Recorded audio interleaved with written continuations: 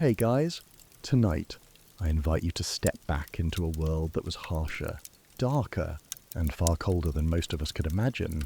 A world where survival itself was never guaranteed, and every night was a battle against the biting chill of winter. Before we begin, take a moment to make yourself comfortable. Dim the lights. Perhaps let a soft hum of a fan or a fireplace sound play in the background. And if you find these quiet journeys meaningful, feel free to press subscribe, and let me know in the comments where you're tuning in from and what time it is for you right now. I always find it comforting that although we live in different corners of the world, we gather here together in this moment. When we think of the Middle Ages, it's easy to picture knights jousting in tournaments, kings feasting in great halls, or fairs filled with music and laughter. But for the common peasant, the true backbone of medieval society life was far from romantic. For them, winter wasn't a season to celebrate. It was a ruthless test, one that returned every year without mercy. Imagine, for a moment, that you're living in a tiny hut made of mud and sticks, its thin walls rattling in the wind like an old drum. No glass windows, no sturdy doors, no insulation. The floor beneath you is nothing but the frozen earth, eager to leach away the little warmth your body can produce. Your bed is straw scattered on the ground. Your blanket is whatever rough cloth you own, and your only heater is the fire you pray will not go out before dawn. Today, many of us fall asleep surrounded by warmth electric blankets, insulated walls, double-paned windows, radiators that keep the chill at bay. But in the Middle Ages, there were no such luxuries. For peasants, the question was simple: will I wake up tomorrow, or will the cold claim me in my sleep? It wasn't just the cold that terrified them. It was the persistence of it. Winter didn't arrive as a weekend inconvenience. It lingered for months, gnawing at their bones, sapping their energy, and turning even the simplest tasks, fetching water, gathering firewood, cooking a meal, into grueling ordeals. And yet, they survived. Against all odds, they endured, not with central heating or designer coats, but with ingenuity, community, and sheer determination. Tonight, we'll step into their world, and we'll explore the tricks they used to keep warm, the rituals that gave them courage, and the raw resilience that carried them through nights when even hope seemed frozen. So, take a breath, pull your blanket a little tighter, because in the next few hours, we're going to find out just how medieval peasants survived the coldest nights in history. Let us step inside a medieval peasant's home. At first glance, it doesn't even deserve to be called a house by today's standards. Imagine walls made of woven sticks packed with mud, known as wattle and daub. It might keep out the rain for a while, but when winter came, those same walls let the wind whistle through as if the structure itself was conspiring with the cold. The roof, usually made of thatch, was little more than dry grass layered together good enough to shed some rain, but hopeless against icy drafts. The floor, just the earth itself, cold, damp, and merciless. No wooden boards, no rugs, no insulation. If you dropped something on the ground during a winter night, it wasn't just lost, it froze into the soil, claimed by frost before morning. From a modern perspective, we know exactly why it felt unbearable. Earth and mud are excellent conductors of cold. They absorbed the frigid air and carried it straight into the body. Without insulation, every breath of wind became a thief, stealing warmth from skin and bone. If you've ever lived in an apartment with drafty windows, you might recall how a small gap can chill an entire room. Now multiply that by 100, and you have the reality of a medieval hut. Contrast this with today: central heating systems, insulated walls, double-glazed windows, thick carpets. We have layers of protection built into our homes. In fact, we complain when the thermostat is off by just 2 degrees. Imagine telling a medieval peasant that we argue with the smart thermostats about 20 versus 22 degrees Celsius. They would laugh if their teeth weren't chattering too much. And here's where history meets the present. Even today, the experience of medieval peasants echoes in the lives of the homeless during cold winters in cities across Europe or North America.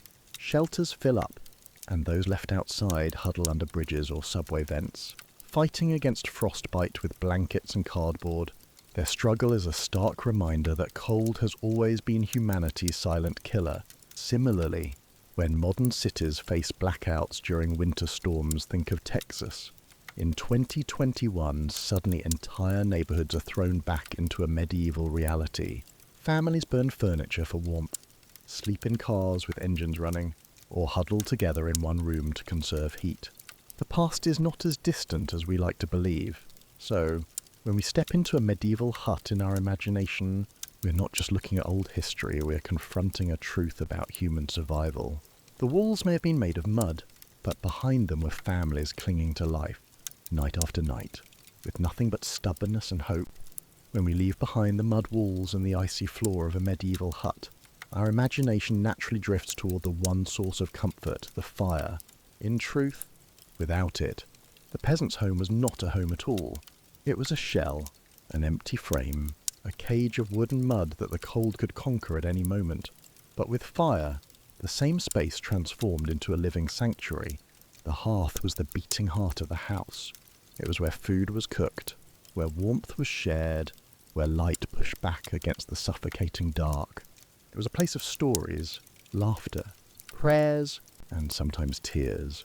To gather around the flames was not just a habit, it was survival.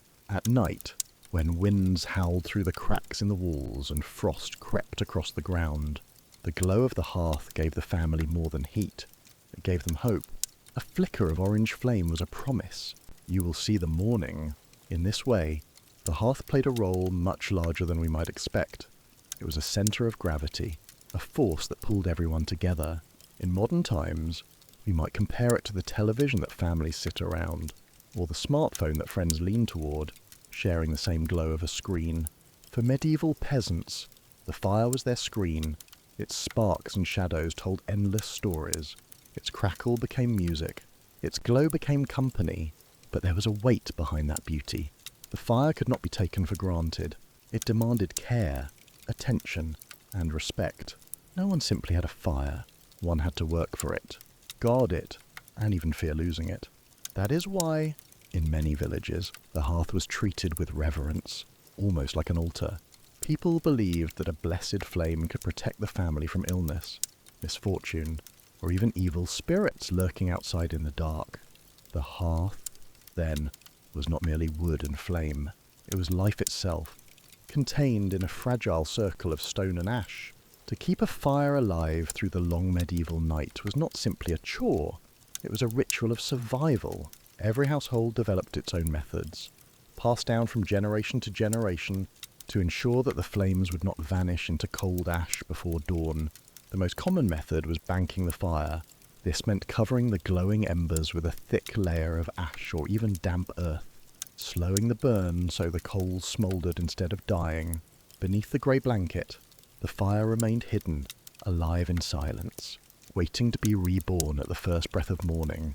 To uncover those embers at sunrise and coax them back into flame was like witnessing a small resurrection, a daily miracle. But this miracle came with discipline. Families could not simply fall into deep sleep and hope for the best. They had to take turns, waking in the freezing dark, poking the coals, shifting the logs, feeding scraps of wood. A child might be shaken awake to blow gently on the embers, learning the delicate balance of breath too soft and nothing stirred too hard, and the last spark might scatter and die. In this way, firekeeping was both science and art. Taught through necessity, losing the fire was more than an inconvenience. Striking sparks with flint and steel, or worse, rubbing sticks together in desperation, could take hours. Hands numbed by frost made the task nearly impossible. The longer the house stood without heat, the greater the risk of frostbite, sickness, or even death. In some regions, entire families were known to perish in a single night because the hearth went cold. This is why communities often shared their flames. If one family's fire died, a neighbour might carry over a coal in a clay pot, shielding it from the wind like it was holy. Fire was a treasure, one that bound people together. To give fire was to give life itself. In many villages, firekeeping was even linked to faith. Priests blessed the first spark of spring fires, declaring it protection for the year ahead. Superstitions grew. A fire that died at night might be a bad omen, a sign of misfortune, People whispered prayers over embers, treating them with reverence not unlike sacred relics.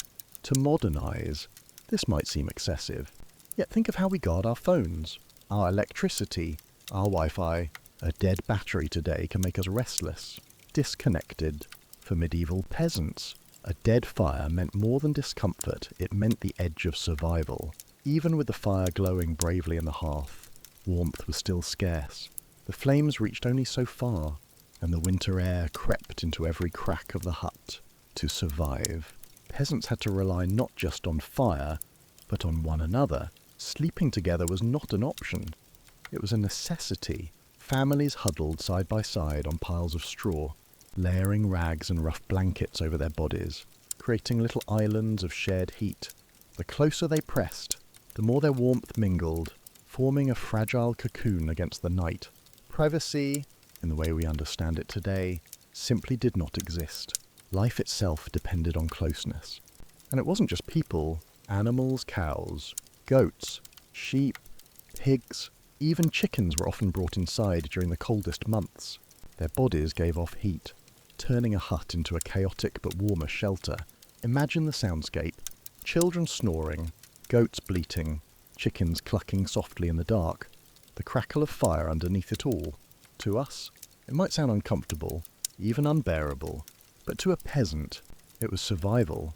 The arrangement was practical in more ways than one. Animals were less likely to be stolen if they slept under the same roof. Their warmth kept the cold from biting too deeply, and their presence reminded families that they were not alone in their struggle. In many ways, the medieval hut was not just a house, it was a miniature ecosystem, a crowded ark against winter's flood. This practice echoes into the modern world in surprising ways. In refugee camps, in shelters during natural disasters, in wartime bunkers, people still huddle together, pressing close not just for comfort but for survival. Soldiers in frozen trenches wrap their arms around each other to keep frostbite at bay.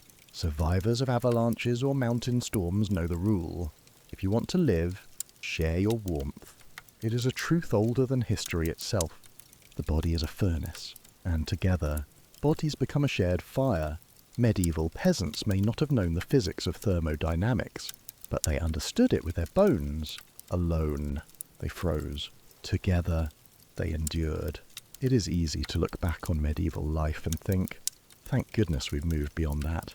Yet cold remains an enemy we all recognise. Technology may shield us, but when those shields fail, the old instincts return. Take the homeless in modern cities. On a winter's night in New York, London, or Moscow, cardboard boxes become walls, subway vents become lifelines, and groups of strangers huddle together beneath thin blankets.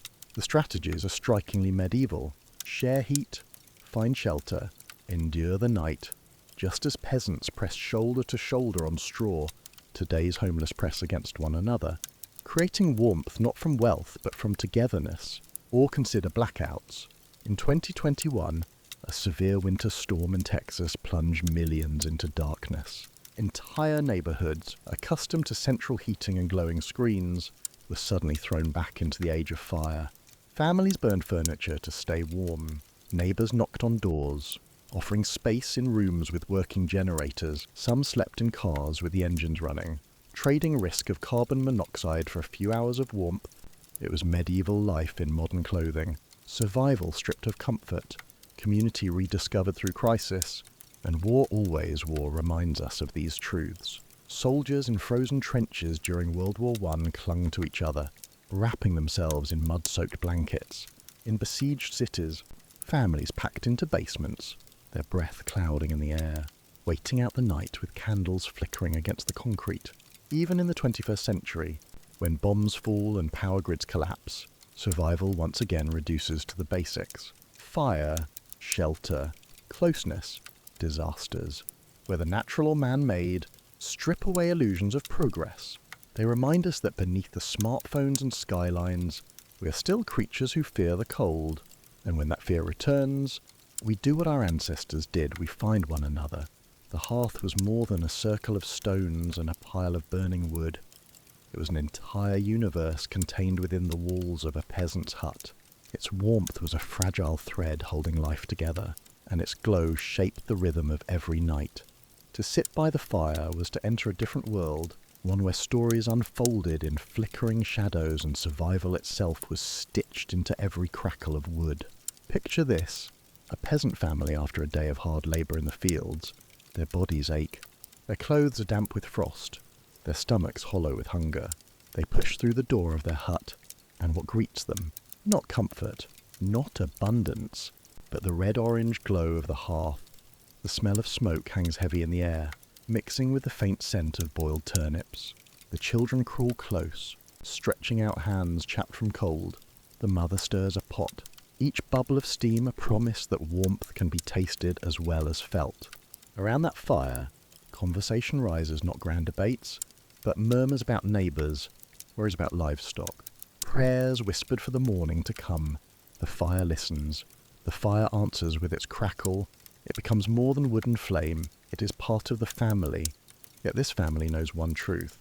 The fire must not die. The father carefully banks the embers, covering them with ash.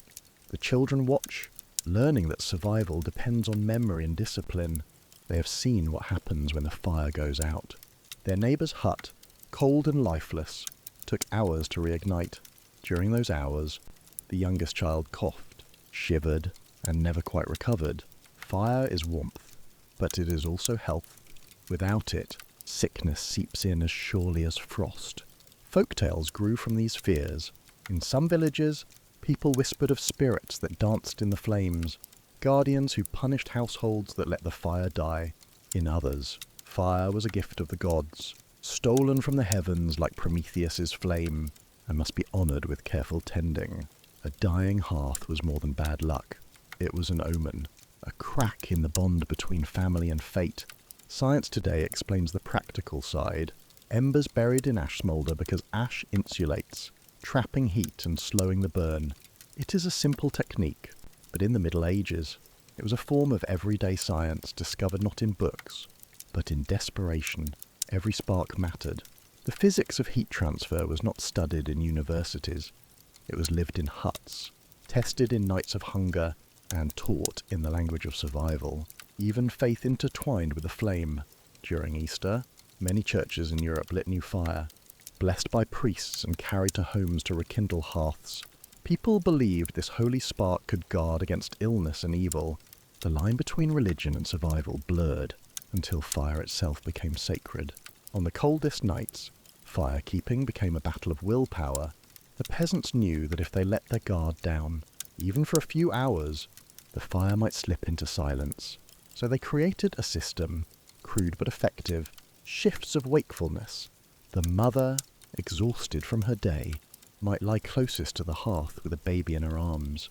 The father would wake every few hours, poking at the coals, adjusting logs, muttering a prayer.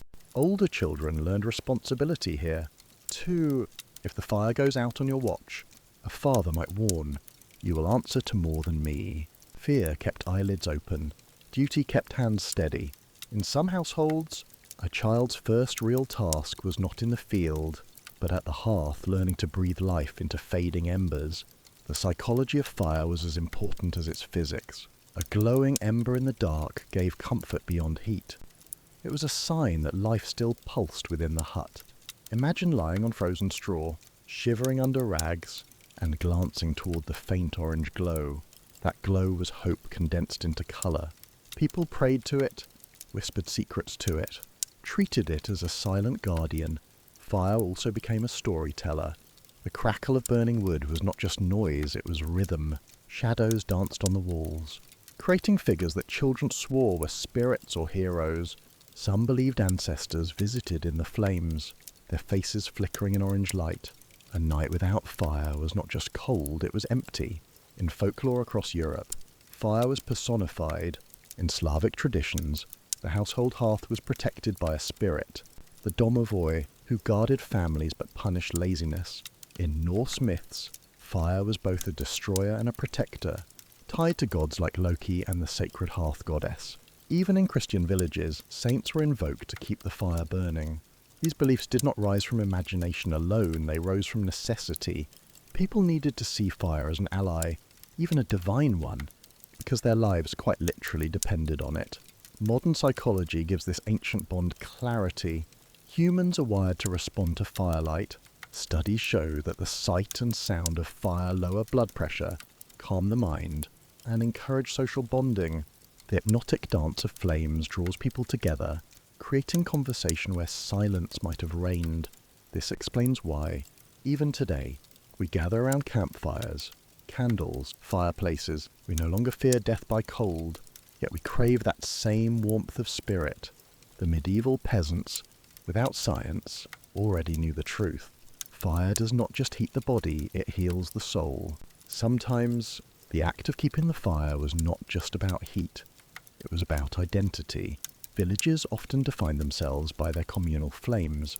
In certain regions, a central fire was kept alive in the village square or at the local church, tended constantly by designated keepers. If a family's hearth went cold, they would walk through the snow, carrying a clay pot or a bundle of straw, to borrow a coal from the communal flame. That journey, short as it was, carried immense meaning.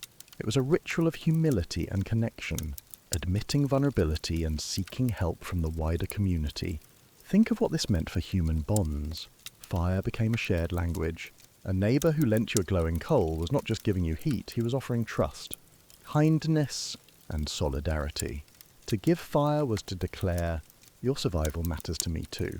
In a world where famine, disease, and cold could wipe out entire families, such acts of generosity were the glue of society. There were also stories of firekeepers who became legends. In one French folktale, a woman known only as La Gardienne de Feu was said to keep her hearth burning for 50 years without it once going out. When she died, villagers claimed they saw her spirit in the flames for nights afterward, protecting them still, whether true or not. Such stories reflect how deeply people respected the art of firekeeping. From a modern perspective, we might smile at such tales. But we, too, have our fires to keep. Our servers must never go down. Our internet must stay online. Hospitals guard their generators with the same vigilance peasants gave their embers. If the power grid collapses, society feels as fragile as a hut in a snowstorm. In this sense, we are not so different. We live by invisible flames. Now electricity, data, connectivity, but our dependency is the same. And perhaps this is why campfires still draw us, why candles still light our prayers, why fireplaces still anchor our living rooms, even when central heating renders them unnecessary. The flame, ancient and alive, whispers to something buried in our memory. It tells us, you've always needed me, you still do. So the peasant who knelt by the hearth, cupping his hands around fragile coals, was not just fighting the cold of one winter night. He was part of an unbroken human story, the story of fire as companion, protector, and silent witness to our lives. Night in a medieval peasant hut was not silent, nor was it peaceful. It was crowded, noisy, pungent, and yet strangely comforting. To step inside such a space in the dead of winter was to enter a world where survival depended on proximity. Families did not retire to separate bedrooms. There were no doors to close, no privacy to protect. Instead, everyone, parents, children, grandparents, sometimes cousins or orphan neighbours, lay together on heaps of straw. The straw, often damp or mouldy, crackled beneath their shifting bodies. Over it they layered animal skins, coarse wool blankets, or whatever scraps of cloth they could gather. Feet tangled, elbows dug into ribs, and yet this discomfort was preferable to the bitter cold beyond the walls. The air was thick with smells, smoke from the fire, sweat from unwashed bodies, the musky scent of livestock if animals were brought inside. For modern noses, it would have been overwhelming, even suffocating. But for medieval peasants, it was the smell of survival. Each odour told them, we are alive, we are together, listen closely. And the soundscape of the medieval night emerges. The fire crackled and sighed in the hearth. Children whimpered in their dreams. A cow shifted its weight, hooves thumping softly against the dirt floor. Chickens rustled, feathers brushing in the dark. The hut was a chorus of life, a crowded orchestra playing the song of endurance. In such closeness, warmth spread. The human body, a furnace of its own, gave off precious heat, one person shivering back pressed against another's chest. Children burrowed into their parents' sides. Elders pulled cloaks over groups of younger ones. Heat travelled skin to skin, fabric to fabric, creating a fragile bubble where frost could not penetrate. It is easy to romanticize this picture, but in truth, it was both tender and uncomfortable. There were quarrels who took more of the blanket, who hogged the warmest spot near the fire. There were sleepless nights filled with coughs, snores, or the scratching of lice. Yet even through the discomfort, there was security in numbers. Alone, no one could have endured. Together, they endured not only the cold, but the fear that came with it. The warmth of family bodies was never quite enough. That is why, during the bitterest months, peasants invited other members of their household into the hut. Members with hooves, horns, and feathers. Cows, goats, sheep, pigs, and chickens often shared the same roof as their owners. To modern eyes, this seems shocking, even degrading, but to a medieval peasant, it was common sense. Animals were wealth, nourishment, and survival. They could not be left in the icy night to freeze or to be stolen. By bringing them inside, families gained protection for their livestock while also sharing in the heat those animals produced. A cow could radiate as much warmth as a small stove. Chickens gave off little, but huddled together in their cages, they added to the overall temperature of the hut. Every degree mattered. This practice transformed the hut into a chaotic ecosystem. Children slept beside bleating goats. Mothers shushed babies over the clucking of hens. Fathers woke to the restless snort of pigs in the corner. The air was thick, not only with smoke and sweat, but with manure and animal musk. And yet, amid the mess, the hut was alive. The animals were companions in hardship, silent partners in survival. The arrangement also offered security. Livestock inside were less vulnerable to thieves or wild predators. For a peasant whose entire wealth might be a single cow or a few goats, losing one could mean hunger or death. To sleep beside them was to guard them, and to be guarded by them. In this way, the family and its animals formed a single unit of survival, breathing and shivering together against the night. There was also a psychological comfort. The presence of animals reminded people they were not alone. Their sounds and warmth softened the vastness of the dark. In some cultures, animals were even seen as spiritual guardians, their breath carrying a protective force. Children grew up associating the gentle lowing of cattle or the rustling of hens with safety itself. If this sounds strange, think of how we treat pets today. Dogs and cats curl at our feet or climb into our beds, giving us warmth and companionship. In times of disaster, many refused to leave their homes without their animals. The medieval peasant's bond with livestock was less sentimental and more practical, but at its core, it carried the same truth. Survival is easier when we are not alone. To share sleep was to share fate. In the medieval hut, everyone breathed the same air, felt the same drafts, and huddled under the same fragile shield of warmth. The lesson was clear. Survival was never an individual achievement. It was collective. This truth echoes even in our world today. When disasters strike earthquakes, floods, wars, people once again gather in shared shelters. Gymnasiums become dormitories. Subway stations become bunkers. Families sleep side by side on thin mats. Strangers lie shoulder to shoulder. And suddenly the boundaries of privacy dissolve. What matters is the shared body heat, the reassurance of voices nearby, the knowledge that we are enduring this together. Science explains why this closeness mattered. The human body, when in physical contact with others, releases oxytocin, a hormone that reduces stress and creates feelings of trust. Shared warmth lowered not only the risk of hypothermia, but the crushing weight of fear. Imagine a child in a storm-blackened hut, terrified of the howling wind, then feeling her grandmother's arm curl around her. That arm was not only insulation against cold, it was insulation against despair. Many stories from across history remind us of this pattern. Soldiers in the frozen trenches of World War I often huddled together for warmth, joking darkly that their lives depended on brotherly snuggling. Refugees fleeing wars in the 20th and 21st centuries have spoken of the strange comfort found in crowded tents, where the press of humanity itself gave courage.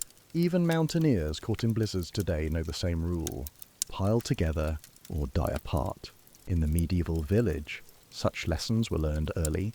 Children grew up with the memory of nights when the cold rattled the walls, but the warmth of many bodies kept them alive. They absorbed the unspoken rule: no one survives alone. It was not philosophy, it was fact, written in frost and breath.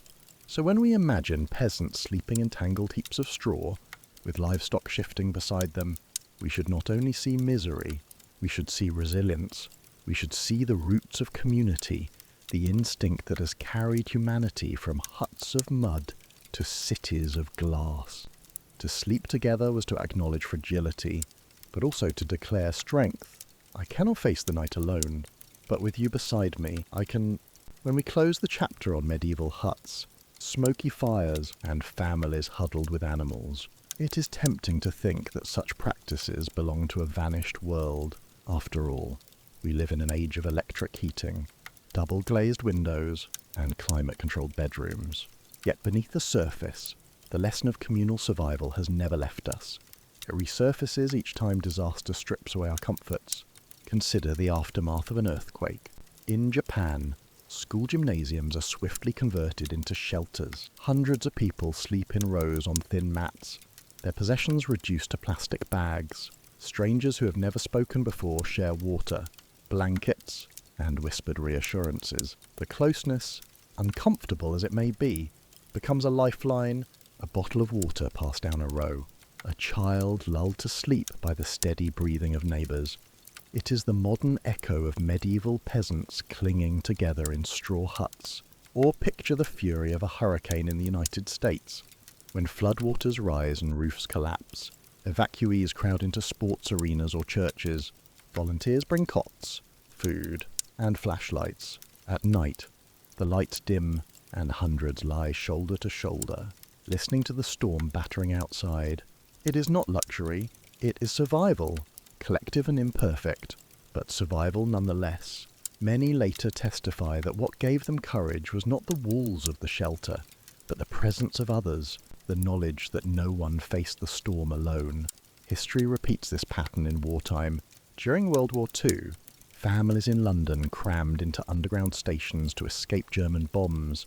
The air was foul, the ground cold, but the sight of mothers rocking babies and neighbours sharing bread gave strength. Children played between the rows of bedrolls while above, the city burned.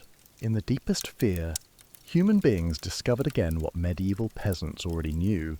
To endure the night, we must endure it together. Even in smaller crises, the instinct persists.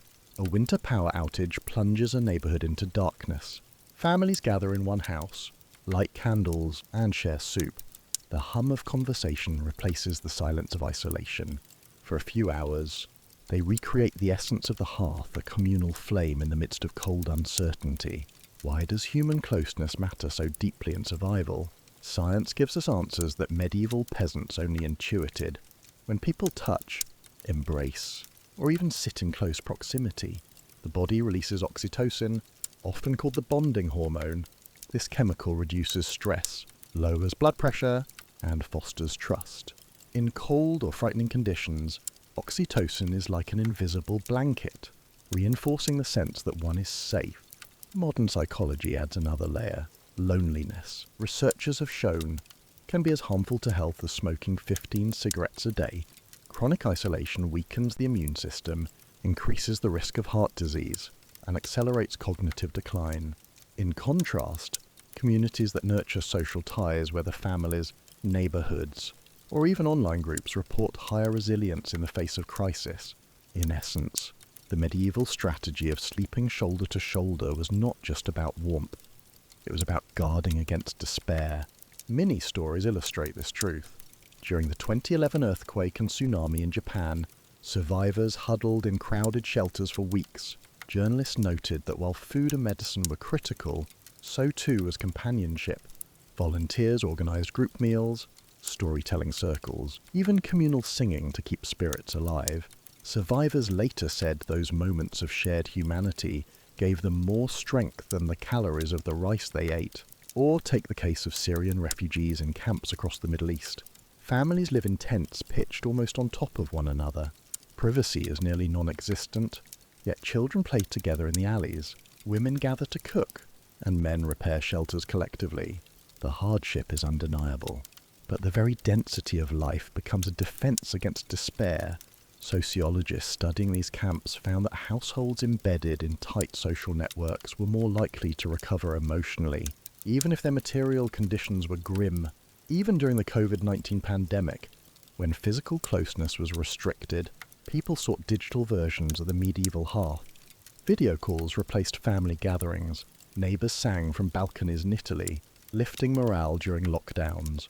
Online communities flourished, proving that the human instinct to huddle endures even if the fire is a glowing laptop screen.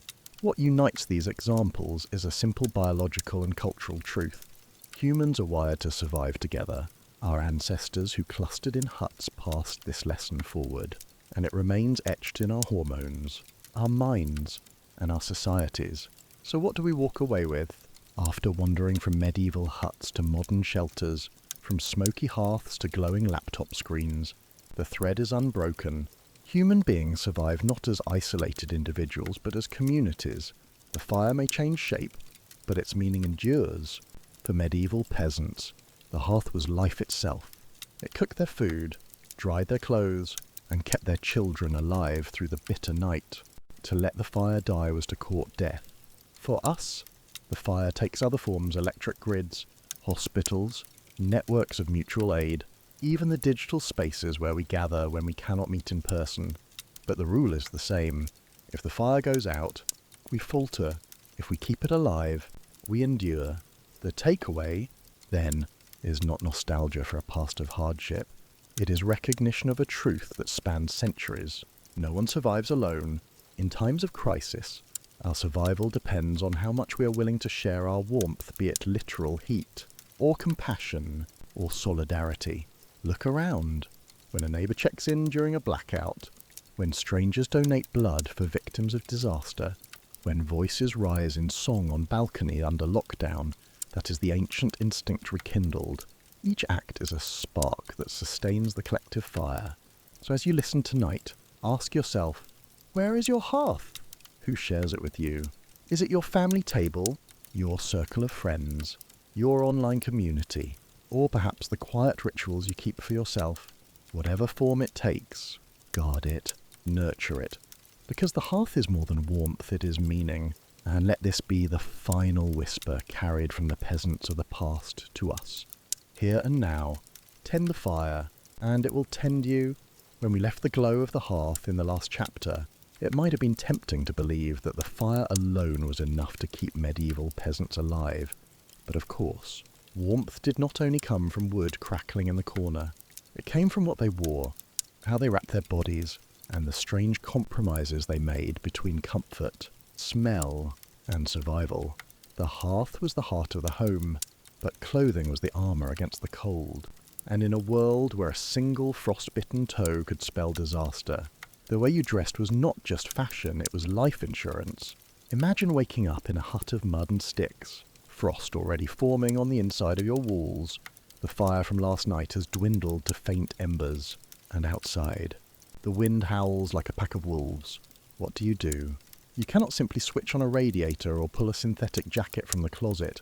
For medieval peasants, the solution was a daily ritual of layering, improvising, and enduring. Their wardrobes were not wardrobes at all, but evolving piles of wool, linen, and scraps that had survived many winters before. Clothes were not seasonal trends, they were family heirlooms, patched and repurposed until they were barely recognizable.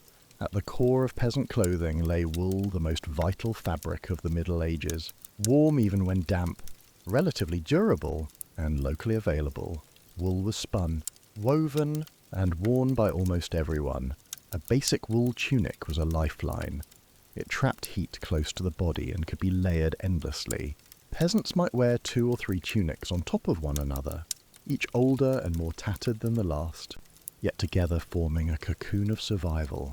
In modern terms, They were practicing layering systems long before outdoor sports companies branded the concept.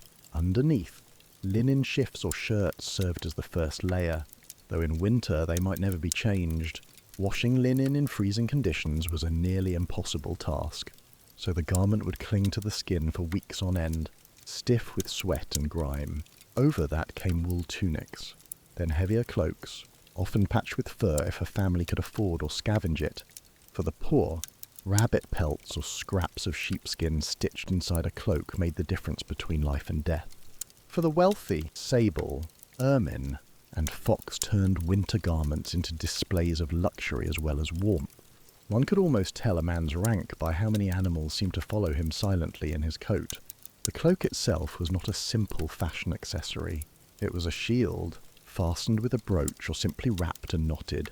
It could be pulled over the head as a makeshift hood, drawn tight around the chest to block wind, or even spread on the ground as a blanket when sleeping. Some cloaks were reversible, one side lined with fur, the other with rough wool, so the wearer could adapt to different levels of cold or formality. In villages, the sight of cloaks flapping in the snow was the medieval equivalent of down jackets on a city street today. Now, imagine the plight of the feet. Modern people complain when their socks get damp. Medieval peasants would laugh bitterly at such complaints. They rarely had true boots. Instead, many wrapped their feet in layers of cloth, rags, or even straw, stuffing the bundle into wooden clogs. It was not comfortable, it was survival.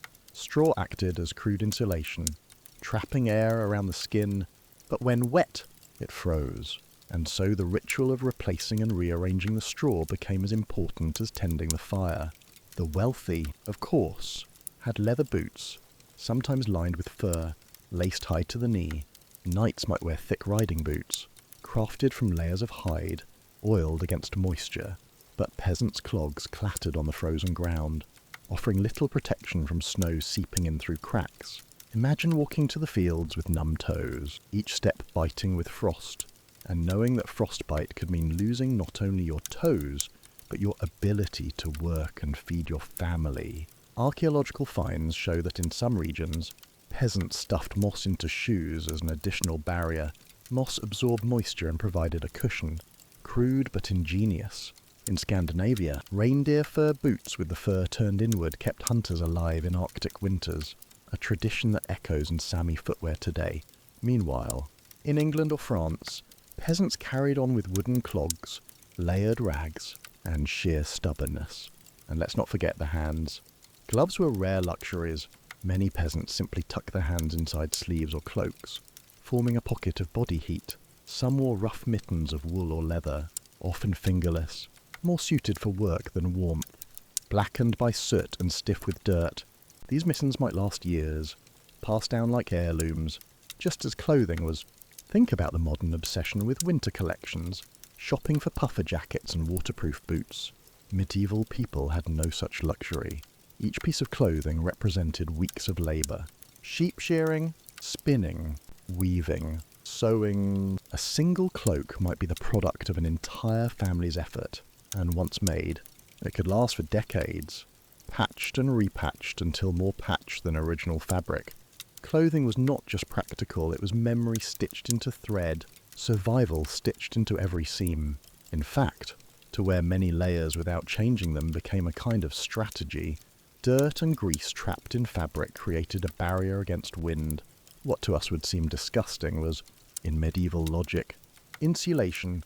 A peasant in February might resemble a walking archive of stains and odours, but beneath that grime was a body still alive, still enduring the winter. Hygiene was compromised, but survival was preserved. This was the paradox of medieval clothing. It was simultaneously inadequate and ingenious. Inadequate, because it could never fully shield against the bitter cold. Ingenious, because with limited resources, peasants created a system of warmth that kept them alive when, by all rights, they should have perished. If clothing was the first line of defence against winter, hygiene was often the casualty of war.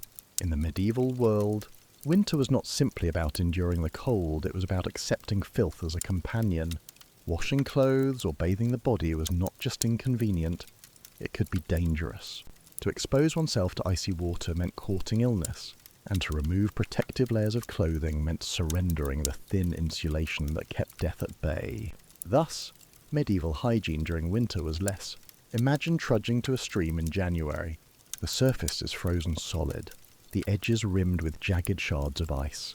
To wash even a single tunic, you must break the ice, plunge the garment into the frigid water, and then face the impossible task of drying it in freezing air. A shirt could remain stiff and frozen for days, a useless flag of misery hanging on a line. No wonder many peasants preferred to simply keep wearing the same layers, allowing grime, sweat, and even vermin to accumulate. It was not laziness. Bathing was an even rarer luxury. In summer, rivers and communal bathhouses offered opportunities for washing, but in winter, bathing became a dangerous act. Doctors of the time even warned against it, believing that hot baths opened the pores and allowed cold air and disease to enter the body. Religious leaders echoed these cautions, equating excessive concern with cleanliness to vanity, even sin. After all, purity was supposed to be of the soul, not the skin. The dirt of winter, then, became both a physic. For the wealthy, the story was different, but not entirely. Noble households sometimes had access to heated rooms or portable tubs. Servants would haul in buckets of hot water, scented with herbs, for their lords and ladies. But even here, winter baths were infrequent. The effort required was enormous, and the risk of catching chill afterward remained high. Instead, nobles turned to perfumes, powders, and scented cloths to mask odours. Lavender, rosemary, and sage were crushed into sachets and tucked into ciel. For peasants, there were no sachets of lavender. Instead, they turned to practical remedies. Ashes from the hearth could be rubbed on skin or hair to absorb grease. Animal fats, though foul-smelling, were smeared on faces and hands to create a greasy layer against windburn. Some even rubbed garlic or onion on skin, believing it warded off illness as well as evil spirits.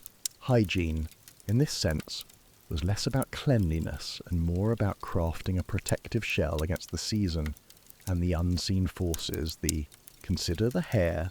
Long, unwashed hair could become matted and lice-ridden, yet it also provided insulation.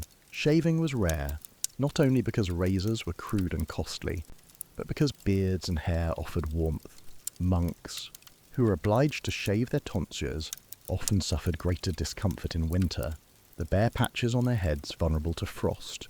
Among peasants, a thick thatch of hair was not a mark of slovenliness, but a badge of practicality. We should not mistake this tolerance for dirt as ignorance. Medieval people knew the difference between clean and filthy. They longed for fresh water and warm baths, just as we do. But in winter, the cost of achieving cleanliness was too high. Priests sometimes framed this acceptance as piety.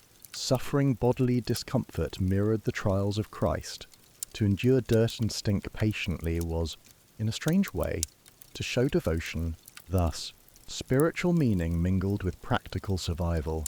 The communal aspect of hygiene also cannot be overlooked. In villages, people lived so closely that odours blended into a collective background.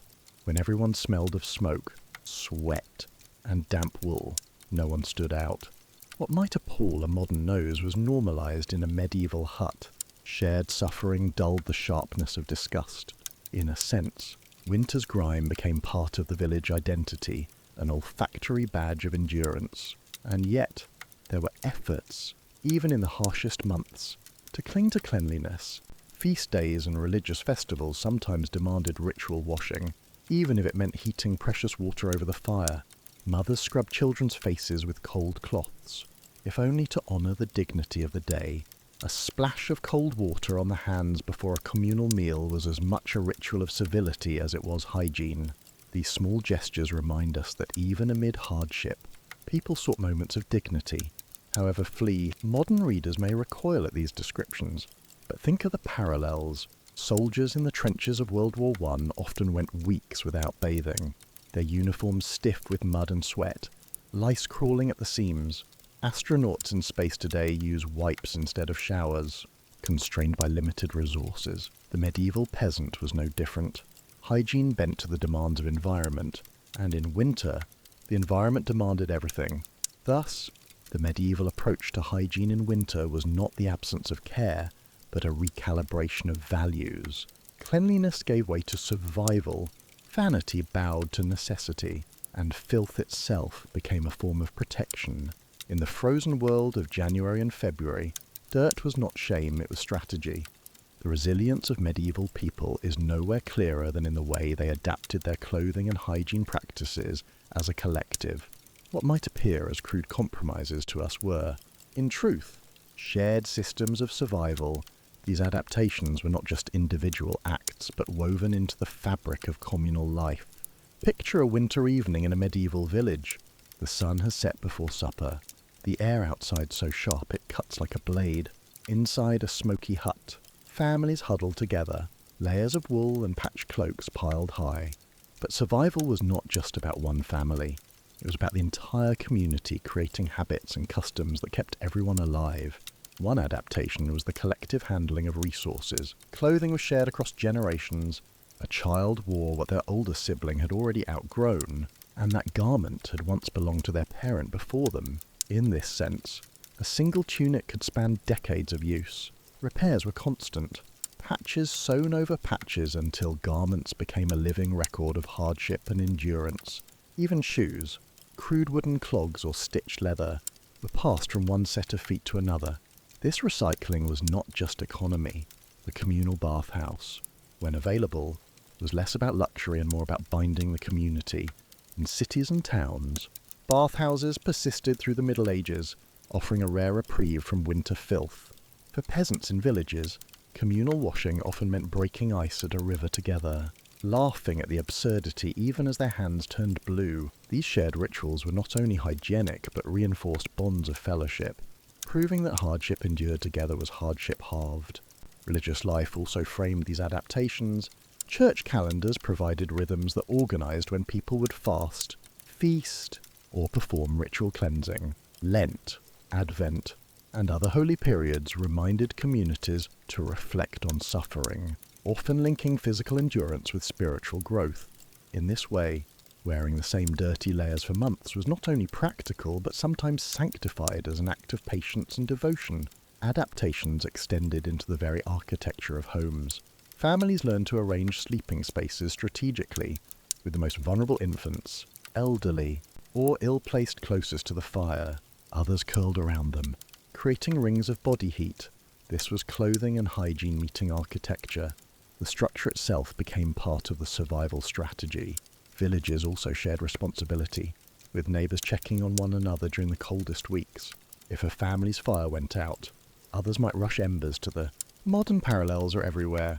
Consider how today, in disaster zones struck by hurricanes or earthquakes, people share blankets, crowd into community shelters, and ration scarce supplies.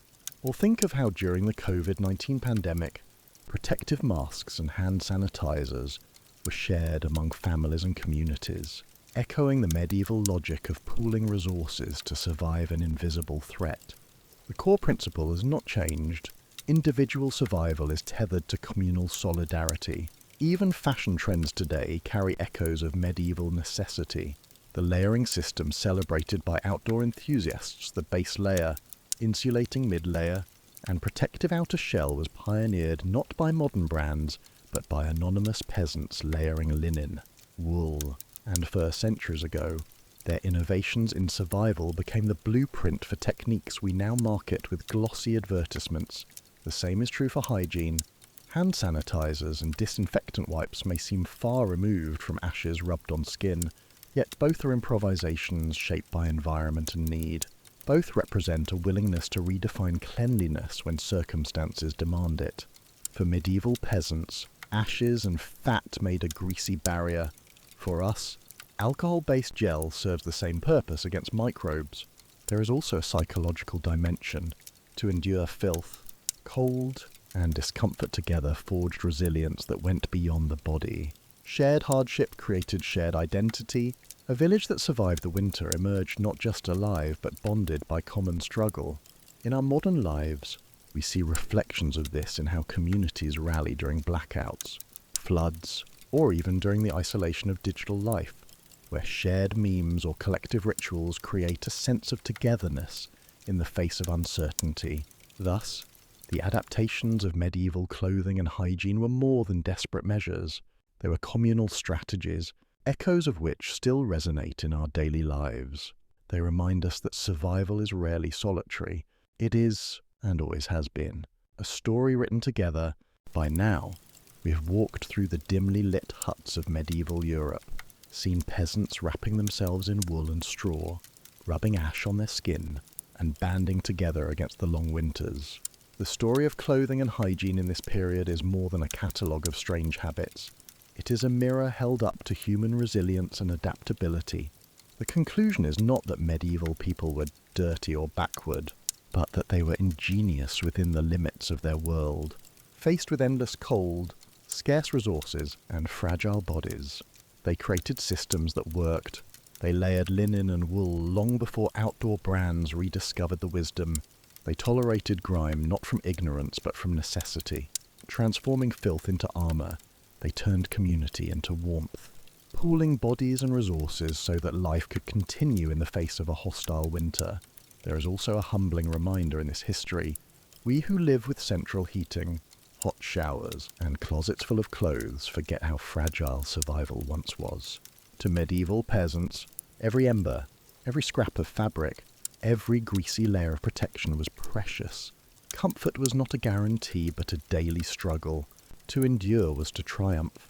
The takeaway for us is not to romanticize hardship, but to recognize the power of adaptation. When stripped of luxury, humans find ways to survive not alone, but together. Medieval villagers remind us that dignity can exist even in filth, and that survival often means rethinking what matters. Cleanliness gave way to warmth. Vanity gave way to endurance. The lesson resonates even now. In crises, we adapt, we share, and we endure. Modern parallels emphasize this truth. From disaster shelters after hurricanes to refugee camps, we see the same strategies, pooling resources, improvising hygiene, enduring together. The spirit that carried medieval peasants through the coldest nights is the same spirit that carries people through blackouts, pandemics, or wars today. The context changes, the core resilience remains, and perhaps that is the final gift of this story. Empathy. To look back on peasants wrapped in straw and soot is to realize that their struggle was not alien, but deeply human. The cold they feared is the same cold we still feel when the power goes out in a winter storm. The dignity they preserved is the same dignity we cling to in our own trials. Their story is our story, told in the language of endurance. So as we close this chapter, imagine again that hut of mud and sticks. The fire is flickering, cloaks patched and worn, children asleep in a heap of wool. Outside, the wind still howls, but inside, there is breath, warmth, life, survival. And in that survival lies the truest testament to the human spirit. When we step away from the smoky warmth of the hearth and the scratchy layers of wool and straw that peasants wrapped around their bodies, another question rises sharply out of the frozen landscape. How did they actually feed themselves? Clothing may have protected the body, but food was the true engine of survival. Without it, no amount of cloaks or rags could keep the body alive through the long, dark months of winter. Hunger, after all, was the companion even more relentless than coal. Winter was, for the medieval peasant, not only a season but a gauntlet. Fields lay bare, snow blanketed the earth, and the vibrant markets of summer shrank into muted gatherings of the desperate. What people ate, and whether they had enough to eat, determined who emerged in spring and who was buried beneath the frost. In some years, harsh winters tipped entire regions into famine. Chroniclers wrote of villages where bread was stretched so thin it resembled bark stripped from trees, and where roots and acre. Yet, despite these brutal challenges, peasants and nobles alike developed strategies to survive. The ingenuity of food preservation and rationing, honed over generations, allowed them to transform abundance in harvest months into lifelines for winter. Survival was measured not by luxury but by cleverness. How to make grain last, how to salt meat before rot claimed it, how to coax nutrition from meagre stores without wasting a crumb. The pantry of winter. What foods were available? For peasants, the foundation of the winter diet was grain-coarse rye, barley, oats, or sometimes wheat. If they were lucky, bread, dark and dense, was more than a staple. It was survival baked into loaves. A medieval saying captured it well. Bread is the staff of life. Even the poorest aspired to at least a crust. And in lean times, crusts might be shared among several mouths. Alongside bread came pottage, a thick, porridge-like stew of grains, peas, beans, or lentils, often simmered all day in a cauldron over the fire. Into this went whatever could be found: bits of onion, turnip, or cabbage, sometimes flavoured with a scrap of bacon fat, or a bone long since boiled of its meat. Pottage was flexible, endlessly repeatable, and endlessly dull. But it filled bellies when little else was available. Root vegetables were another saviour. Turnips, parsnips, carrots, and cabbages were hardy enough to last in cold storage. These humble crops, buried in cellars or pits lined with straw, offered vital vitamins when the world outside seemed barren. A steaming turnip stew might not excite the palate, but it kept scurvy at bay and bones strong enough to face another day in the fields. Protein came irregularly and in small amounts. Fresh meat was rare in winter, except when animals were slaughtered in late autumn, both to preserve meat and to avoid feeding livestock through the barren months. Families salted pork, dried beef, or smoked fish, stringing them from rafters where smoke curled up from the hearth.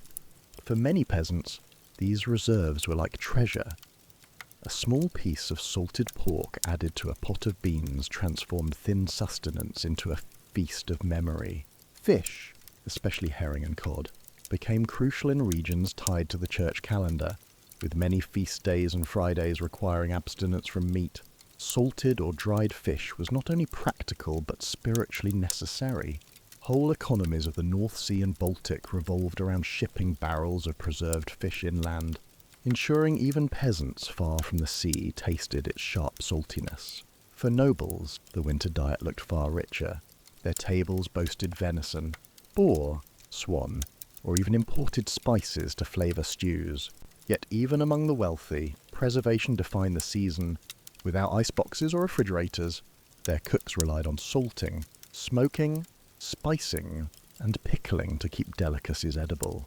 Banquets in winter still glittered, but they were built on the same logic as the peasant's pottage, making food last when nature offered little. Preservation, medieval ingenuity at work.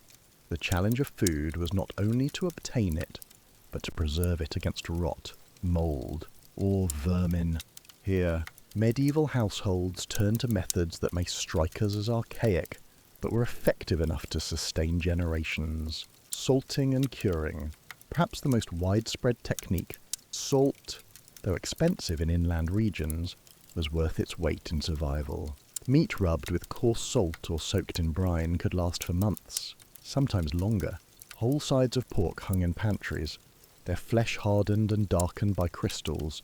Salted herring, packed tight in barrels, sustained both peasants and kings across Europe. Smoking. Meat or fish suspended above the hearth absorbed not only heat but aromatic smoke. This dried and flavoured the flesh, adding weeks or months to its life. In a hut where smoke already filled the rafters and stung the eyes, smoked meat was a natural byproduct. Travellers carried strips of smoked beef or venison, much like jerky today, gnawed for protein on long winter days. Drying and sun-curing. In drier climates, grains, legumes, and fruits were sun-dried or laid near hearths. Dried peas or beans stored in sacks became reliable additions to winter pottage. Apples or plums shriveled into leathery forms but still offered sweetness when boiled back into stews. For many, dried fruit was both medicine and dessert. If winter food was secured through preservation, then daily meals were the stage where these stores were transformed into survival. But what exactly did people eat? And how did diet differ between peasant and noble? Between child and elder, the medieval table, whether a rough wooden board in a smoky hut or a long banquet hall under tapestries, told a story of hierarchy as much as hunger. The peasant's table, survival in a bowl. For peasants, the winter table was plain and monotonous. Bread, dark and heavy, and pottage, endlessly simmering, were the core, In many households, the pot on the fire was never emptied. Ingredients were added day after day, producing what some historians call perpetual stew.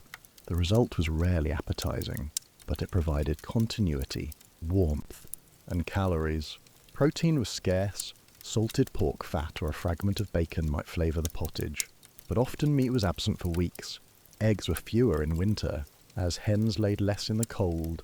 Milk and cheese also dwindled, since cows gave less in lean months. Hunger was therefore not just common, it was expected.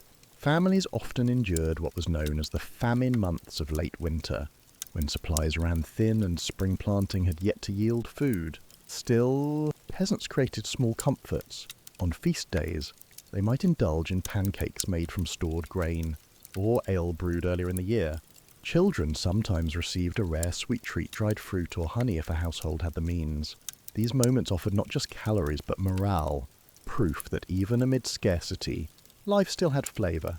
The noble table, abundance with limits. For nobles, meals contrasted sharply. Their winter banquets featured roasted meats, venison, boar, goose often seasoned with exotic spices imported from faraway lands. Cinnamon, pepper, and cloves signalled wealth as much as taste. Nobles also enjoyed sugar, then an expensive luxury used to craft elaborate desserts. Yet beneath the glitter, even noble fare had limits. Preservation marked everything. Meat was often heavily salted or spiced to disguise its age. Fish, too, arrived dried or pickled in barrels. Fresh produce was rare, even for kings. Vegetables in winter meant hardy roots or preserved stores. Wealth magnified variety but did not escape the seasonal reality. Banquets also served social and political purposes. To feed guests lavishly during winter was to demonstrate power, the ability to command abundance when others starved. Yet nobles, too, had to plan carefully, lest their stores run low before spring. Even in castles, scarcity lurked at the edges of plenty. Religion and the calendar of food. Religion shaped medieval diets as much as climate. The church calendar dictated fasts and feasts, layering spiritual rhythm onto seasonal rhythm. Fridays, Lent, Advent, and numerous saints' days restricted meat, increasing reliance on fish and vegetables. In practice, this meant barrels of salted herring became as crucial to survival as loaves of bread. For peasants, fasting could seem ironic. Life was already a near constant fast, but the discipline reinforced community and faith, and feast days provided rare chances to break monotony. Roasted meats and fresh loaves marked Christmas or Easter, moments when even the poor tasted something special. Religious observance thus amplified the emotional meaning of food. It was never only nourishment, but symbol and ritual, health and consequences of diet. The medieval winter diet kept people alive, but at a cost. Nutrition was limited. Deficiencies were common: scurvy from lack of fresh fruits, rickets from poor vitamin D during long dark months, weakness from protein shortages. Children often grew slowly. Illness spread easily when bodies were weakened by hunger. For peasants, survival sometimes meant literal malnutrition, swollen bellies, brittle bones, rotting teeth. For nobles, the opposite could occur: obesity, gout, or indigestion from overindulgence in preserved meats and heavy sauces. In both cases, food shaped health profoundly. Yet, communities adapted. Herbal remedies, garlic, onions, nettle soups were believed to restore balance. Warm ale or mulled wine was prescribed against chills. Honey, prized for both sweetness and antibacterial qualities, was applied to wounds or mixed in drinks to soothe throats. Food was not just sustenance, but medicine, crafted from whatever nature and tradition allowed. Lessons for today. What can we take away from these practices? At first glance, their world seems alien. Perpetual stews, salted fish barrels, communal bread ovens, but the echoes are closer than we think. Modern canning, refrigeration, and supermarkets shield us from scarcity. Yet crises still remind us of fragility. During blackouts, pandemics, or natural disasters, we rediscover the importance of stockpiles, preserved foods, and community kitchens. The medieval village's ingenuity layering flavours in pottage, preserving roots underground, sharing bread with neighbours is a reminder of resilience. It teaches us that food is not only fuel, but memory, identity, and solidarity in hardship. People have always gathered around what little they had, transforming scarcity into ritual, and perhaps that is the greatest continuity. Food binds.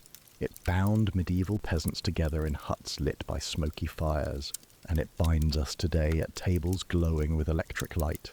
The seasons have shifted, technologies evolved, but the human need for shared nourishment remains unchanged. As we close this chapter on food and nutrition, we carry forward not the hunger, but the wisdom. Conserve what you have, share what you can, and remember that survival has always been a communal feast. Pickling and fermentation, vinegar, brine, or natural fermentation created lasting stores of vegetables. Sauerkraut, developed in Central Europe, was one such invention, fermented cabbage, that not only lasted through the winter, but provided vital vitamin C. Pickled onions, cucumbers, or even eggs appeared on some medieval tables. Balancing out otherwise heavy meals, root cellars and underground storage. Simplicity often proved most effective. Families dug pits or cellars, lined them with straw or hay, and stored turnips, carrots, beets, and cabbage. Protected from frost but not too warm, these improvised refrigerators extended the life of crops by months. Some cellars even stored barrels of ale or cider. Since liquid calories also mattered in times of scarcity, through these methods, households built a kind of seasonal bridge, harvesting abundance in summer and autumn, then slowly rationing it across the bleak months. Without these techniques, winter was not simply difficult, it was lethal. The rhythm of eating in winter. It's important to remember that food was not merely about nourishment, but about rhythm and ritual. Meals were fewer and plainer in winter, often 2 a day for peasants, one late morning, another in the evening. Breakfast, as we know it, was considered a sign of weakness or indulgence. Children and labourers sometimes received a small bite of bread early, but most adults endured until the first pottage pot was ladled near midday. This rhythm also reflected scarcity. Eating less often stretched supplies further. Families learned to live with hunger as a background hum, tolerating the gnawing belly as part of winter's trial. In wealthier halls, feasts broke this monotony, but even there, much of the food had travelled months in salt, smoke, or casks of brine. What stands out across all classes is that medieval people understood food as community property. Bread was baked in communal ovens in many villages, each family marking its loaf with a symbol to retrieve later. Grain was milled collectively, with tolls taken by the miller. Preservation was often a shared task. 2 families gathered to salt hogs or press apples for cider. Food bound the community together, just as fire and clothing did. When the bitter cold of winter sank into every wall and bone, peasants and nobles alike turned not only to fire and food, but also to faith. For them, survival was never just a matter of body, it was also a battle of the spirit. If hunger gnawed and frost bit, prayers and rituals offered invisible shields. Some villagers whispered that without these practices, the cold itself would take shape, creeping into homes like a demon waiting for the weaker soul to falter. Folklore was filled with spirits of the frost. In northern Europe, peasants spoke of a pale woman in white who wandered the fields at night, punishing those who failed to honour her with offerings. In other places, it was the winter wolf, a shadowy figure said to steal breath from sleepers. These myths were not just stories, they were survival codes, reminding families to respect the seasons, to light candles, to watch the fire closely through the night. Charms and amulets were common weapons against the cold. Villagers sewed small crosses into their cloaks, carried sprigs of holly in their belts, or hung iron keys above doors. Some believed salt sprinkled around the hearth created a barrier that frost demons could not cross. Mothers whispered blessings over cradles, drawing invisible circles with soot from the fire to guard infants from death's icy fingers. But faith was not only personal, it was communal. On the longest nights of the year, villages gathered for rituals that blurred the line between pagan roots and Christian observance. Bonfires were lit in the snow, and people danced around them, praying that light would return with the sun. Old songs were sung, half prayer, half spell, weaving warmth into the freezing dark. For one night at least, Laughter and chanting pushed back the silence. Even within churches, winter carried special rituals. Priests blessed candles that were meant to burn through the long nights, symbols of Christ as light in darkness. Holy water was sprinkled at doorways, believed to ward off not only evil spirits but also the deadly draughts. Bells tolled in villages as reminders that God's presence had not abandoned them, even as fields lay barren and graves multiplied under frost. For medieval people, these rituals were not superstitions to mock, they were survival strategies. To believe was to fight despair, to give meaning to suffering, to knit communities together under the shared hope that spring would come again.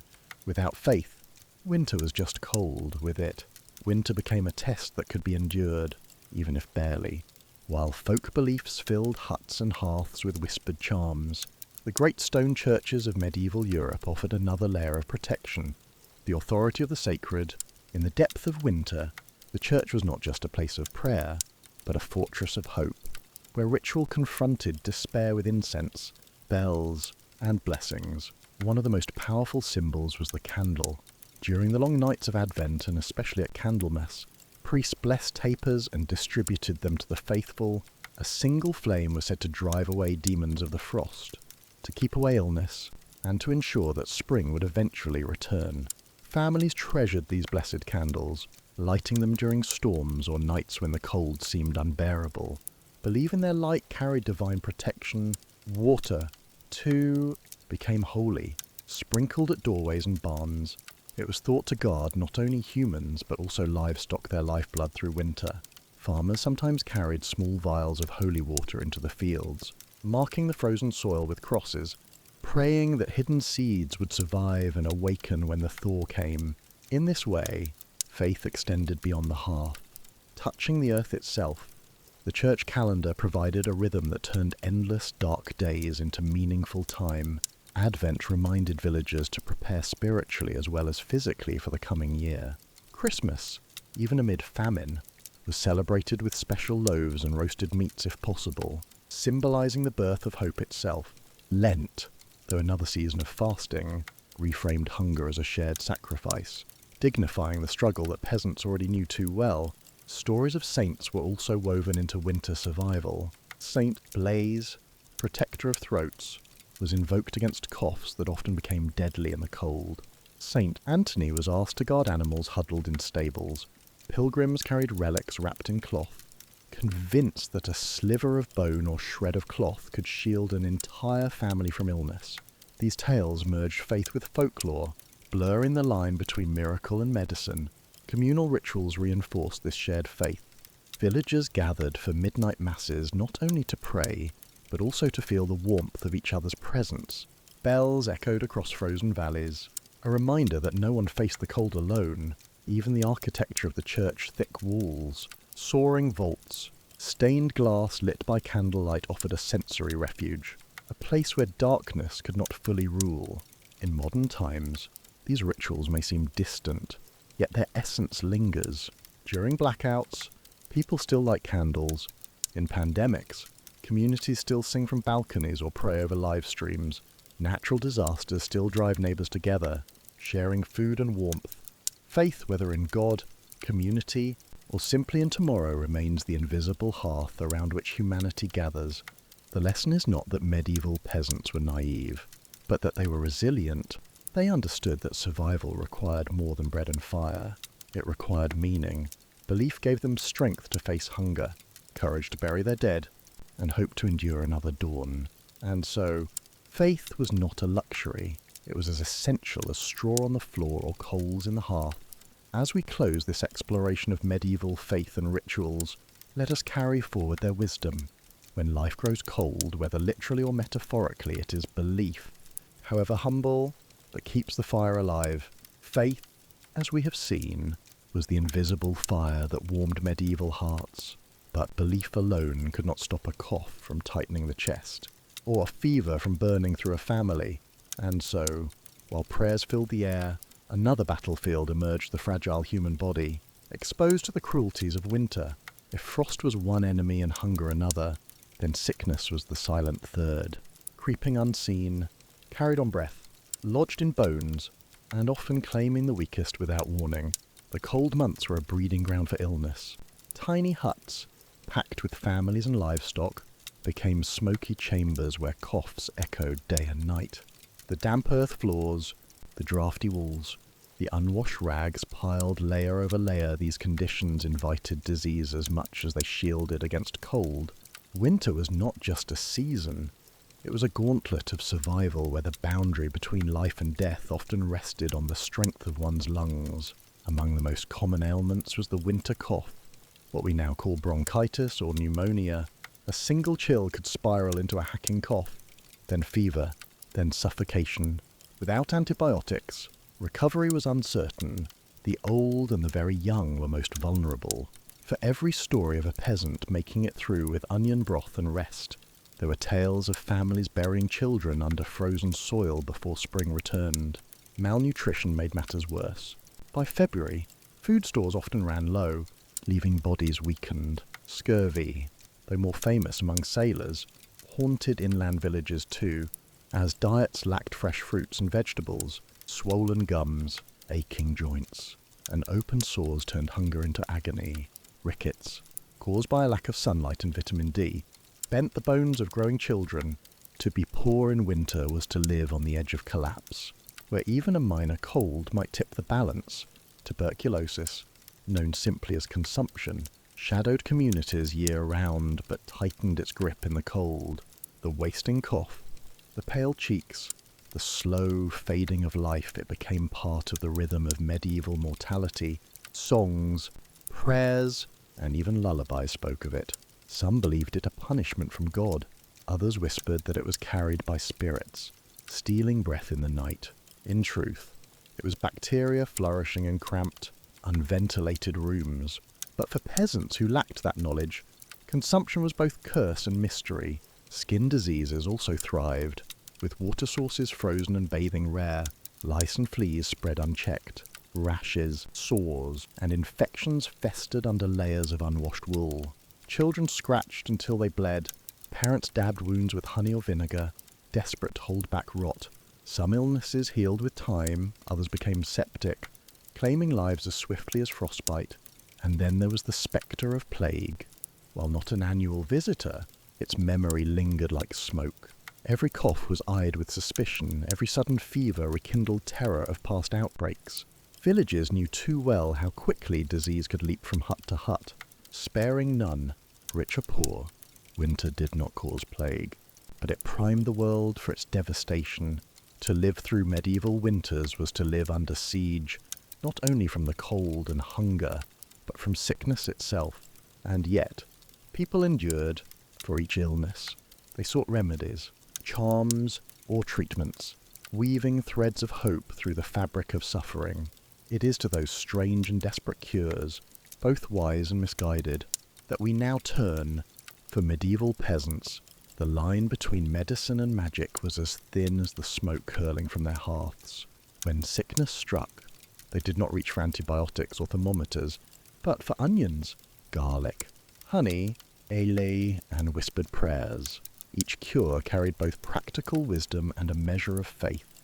Woven together into rituals of survival, garlic, sharp and pungent, was prized as both food and shield.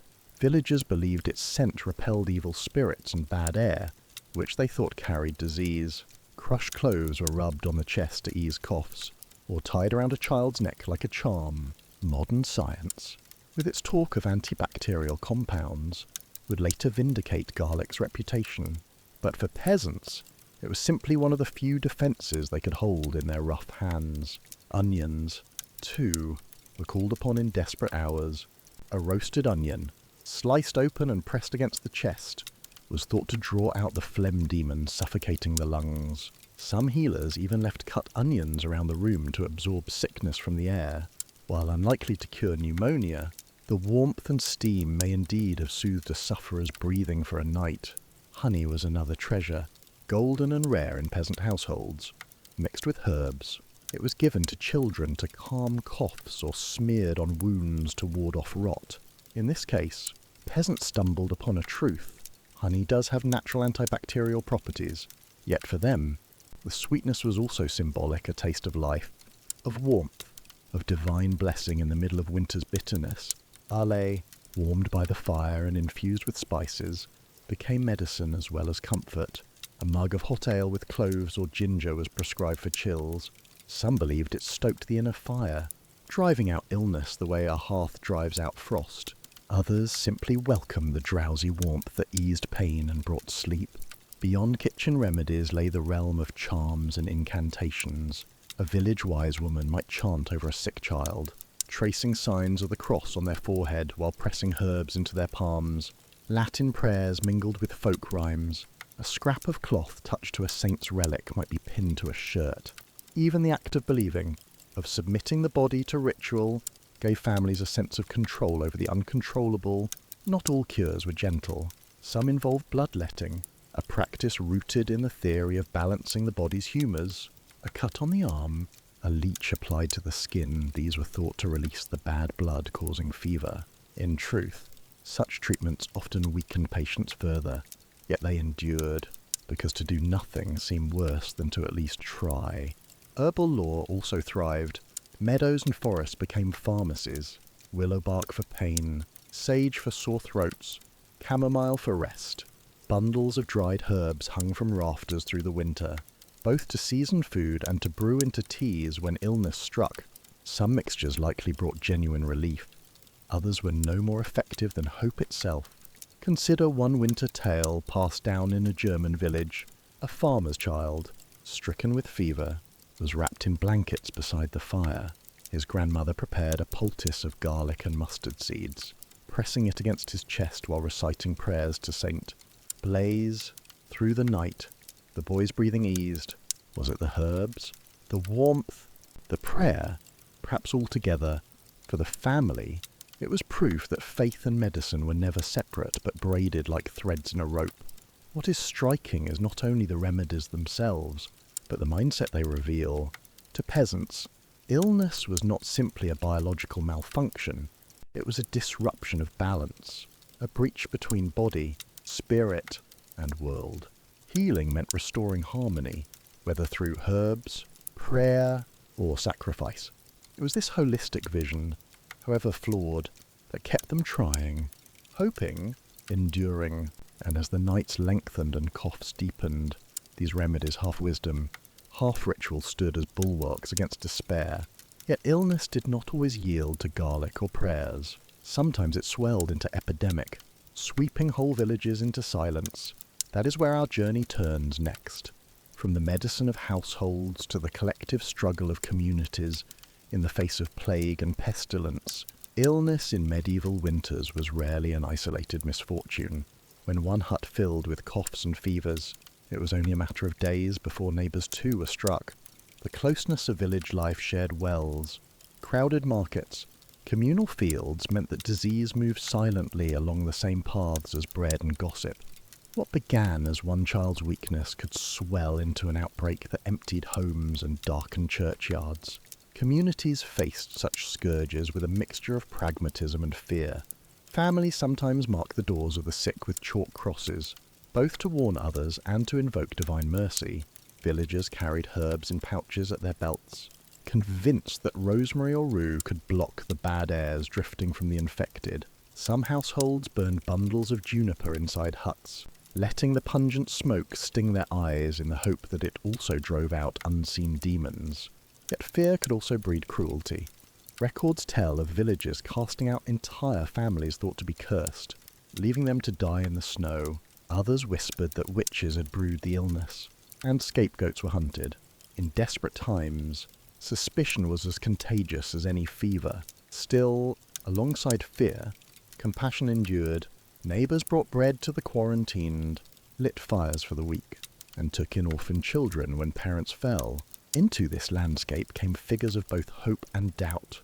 The healers, some were trained in rudimentary medicine, bearing jars of herbs and knives for bloodletting. Others were charlatans, promising cures in exchange for coin. A doctor might prescribe ground pearls or powdered toads, luxuries far beyond a peasant's reach. More often, it was the village wise woman who stepped forward, her remedies a blend of law, prayer, and intuition. One winter tale tells of a hamlet in France struck by a grey fever, families huddled in their huts, children burning with heat even as a frost formed on the windows. A widow, known for her healing touch, prepared broth laced with garlic and thyme. She sat with the sick through the nights, singing hymns while tending their fevers. Many died, but some survived, and the villagers later said it was her presence, the warmth of care, as much as the herbs that pulled them back from death's edge. Such stories remind us that survival was never purely medical. It was social. The strength of a village lay not only in fires and fields, but in its bonds of trust. To survive disease was often to survive together. Those who shared what little they had, whether food, firewood, or comfort, stood a better chance than those who retreated into fear and isolation. Modern echoes are not far away. During the recent pandemic, people lit candles in windows, clapped for health workers, delivered meals to neighbours. The medieval instinct to link survival with community remains alive. Technology has changed, but the human truth is constant. We need one another. The takeaway, then, is clear. Illness strips away illusions of self-sufficiency. It reveals how fragile each body is, and how powerful collective resilience can be. Medieval peasants may not have understood bacteria, but they understood that endurance came from shared burdens and shared hope. That lesson is as urgent now as it was in their frozen winters. Anne Boleyn's name still echoes across the centuries, a name wrapped in beauty, ambition, scandal, and tragedy. To many, she is remembered as the woman for whom Henry VIII broke with Rome, the spark that ignited England's religious reformation, and the queen who lost her crown and her head on the scaffold of the Tower of London.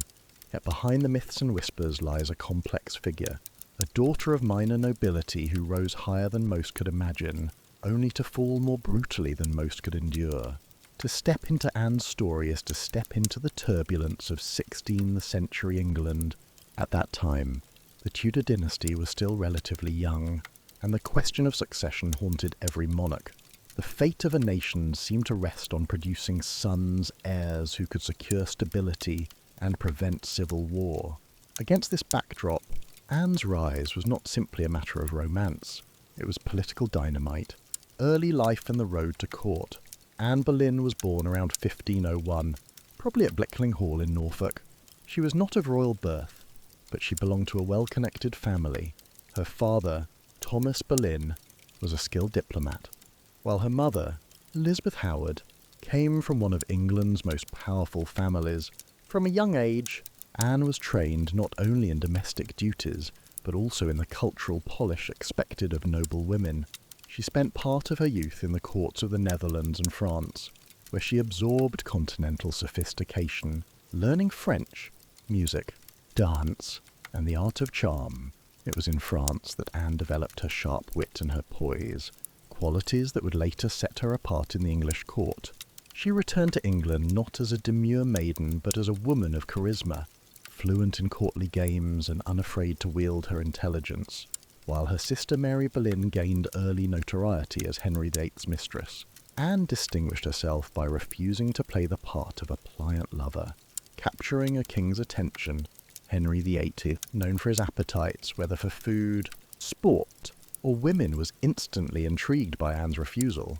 Unlike many at court who fluttered at the king's flattery, Anne resisted. She turned his pursuit into a slow dance of wit and challenge. Let her survive, in which Henry poured out his longing, begging her to be his mistress and friend. But Anne consistently held out. She made it clear that she would not yield to him unless he made her his wife. This was no small demand. Henry was already married to Catherine of Aragon, who had failed to give him a surviving male heir. The king's obsession with Anne collided with his desperation for a son. What began as a love affair became a political storm. Henry appealed to the Pope for an annulment, arguing that his marriage to Catherine was invalid. But Catherine was the aunt of the powerful Holy Roman Emperor, and Rome would not yield. Anne, meanwhile, became both adored and despised at court. To some, she represented a fresh start, a chance for renewal.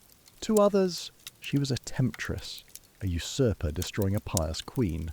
Songs were whispered about her, and enemies spread rumours of her cruelty and arrogance. Still, Henry pressed forward, determined to have Anne no matter the cost, the Queen who changed England when the Pope refused Henry's requests. The king made a decision that would change England forever. He broke with Rome, declared himself the head of the Church of England, and seized authority over religious life in his realm. This seismic shift, the English Reformation, was triggered not only by theology, but by Henry's desire to marry Anne. In 1533, Henry and Anne were wed, and Anne was crowned queen in a lavish ceremony at Westminster Abbey. For a time, Anne's triumph seemed complete. She was at the centre of power, showered with titles and influence. Foreign ambassadors courted her favour, and Henry listened to her counsel in matters of state. She championed reformist ideas, protected scholars who challenged Rome, and encouraged the spread of English Bibles. But the crown sat uneasily. England was watching, and Anne's promise to deliver a son weighed heavily on her shoulders. In September 1533, she gave birth not to the longed-for prince, but to a daughter, Elizabeth.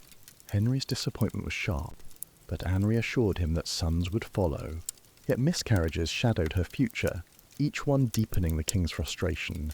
The fall from grace. By 1536, Anne's enemies were circling. Henry, already restless and notoriously fickle, began to show interest in Jane Seymour, one of Anne's ladies-in-waiting. At the same time, political opponents seized their chance. Thomas Cromwell, Henry's minister, orchestrated accusations of adultery and treason. Anne was charged with betraying the king with multiple men, including her own brother, a charge both grotesque and baseless. The trial was a spectacle, a carefully staged performance meant to legitimize what had already been decided. Anne defended herself with intelligence and dignity, declaring her innocence. Witnesses, likely coerced, gave damning testimonies. The jury, stacked against her, returned guilty verdicts. On May 19th, 1536, Anne Boleyn was led to the scaffold within the Tower of London. She wore a dark gown, her long neck bared for the French swordsman Henry had mercifully ordered instead of an axe. Before the gathered crowd, she gave a composed final speech, praising the king and asking for God's mercy on all. Moments later, the blade fell, and with it ended the life of one of England's most controversial queens. Fragility of power, harshness of history, Anne's story is more than a tale of romance and betrayal. It reveals how fragile power can be when built on personal favour and political wins. For years she had been the sun around which Henry revolved, the woman for whom he had defied the Pope and shaken Christendom. Yet when she failed to give him what he wanted, her glory evaporated. Her rise was meteoric, but her fall was swift and merciless. Her fate underscores the brutality of Tudor politics, where alliances shifted overnight, and survival depended on the king's whims. Courtly splendour was a veneer. Beneath it lay knives, both literal and figurative. Anne's downfall reminds us that history is rarely kind to those who fly too close to power without secure foundations. A lasting legacy, yet Anne Boleyn was not erased. Her daughter, Elizabeth I, would go on to rule for nearly half a century, presiding over England's golden age. In Elizabeth's intelligence, determination, and resilience, many saw Anne's spirit endure. Though Anne died condemned, her bloodline shaped the destiny of a nation. Today, Anne is remembered not only as Henry's tragic queen, but also as a symbol of ambition, courage, and the costs of defying expectations. Her story resonates because it is universal: the allure of power, the danger of ambition, and the cruelty of betrayal. Modern reflections and takeaway. Anne Boleyn's rise and fall might seem distant, a relic of Tudor courts and royal intrigues. Yet her story still speaks to our age. The hunger for status, the fragility of reputation, the speed with which favour turns to scorn, these are not confined to palaces. They echo in boardrooms, in politics, in celebrity culture. We live in a world that still crowns and dethrones people in the public eye. Social media can raise someone to fame overnight and cast them into disgrace just as quickly. Anne's fate reminds us how dangerous it is to rest identity and worth solely on the shifting tides of approval and power. The takeaway is sobering but essential. True strength lies not in temporary crowns, but in enduring impact. Anne's power vanished when Henry's love cooled, yet her legacy endured through Elizabeth and through the seismic changes she set in motion. Her story cautions us to seek meaning not in fleeting glory but in contributions that outlast the moment. In the cold stones of the Tower of London, where Anne breathed her last, we glimpse both the cruelty of history and the stubborn endurance of human spirit. Anne Boleyn's life was cut short, but her story still burns bright, a drama of ambition and downfall, of fragility and resilience, echoing across time to remind us of the price of power and the possibility of legacy. Mary Stuart's life began with a crown resting on her cradle. Born in December 1542 at Linlithgow Palace in Scotland, she was only 6 days old when her father, King James V, died. In that instant, the infant became Queen of Scotland, the most fragile monarch the realm had ever known. While most babies faced only the challenge of surviving their first winters, Mary faced the burden of ruling a divided and storm-tossed kingdom. Because she was far too young to rule, Scotland fell under the control of regents, and her life became a chessboard of European politics. Powerful factions vied for her hand in marriage, hoping to bind Scotland to their cause. For the English, a union with the infant. Mary promised the dream of uniting England and Scotland under one crown. For the French, she was a valuable pawn to secure influence north of the Channel. At the age of 5, Mary was sent to France to be raised in the glittering court of the Valois dynasty. There she was betrothed to the Dauphin, the young Francis, heir to the French throne, while Scotland remained a rugged and often rebellious land. France exposed Mary to silk, song, and scripture. She was educated in languages, music, poetry, and theology, becoming fluent in French and Latin, while retaining her Scots tongue. Her marriage to Francis in 1558 seemed like the fulfillment of every ambition.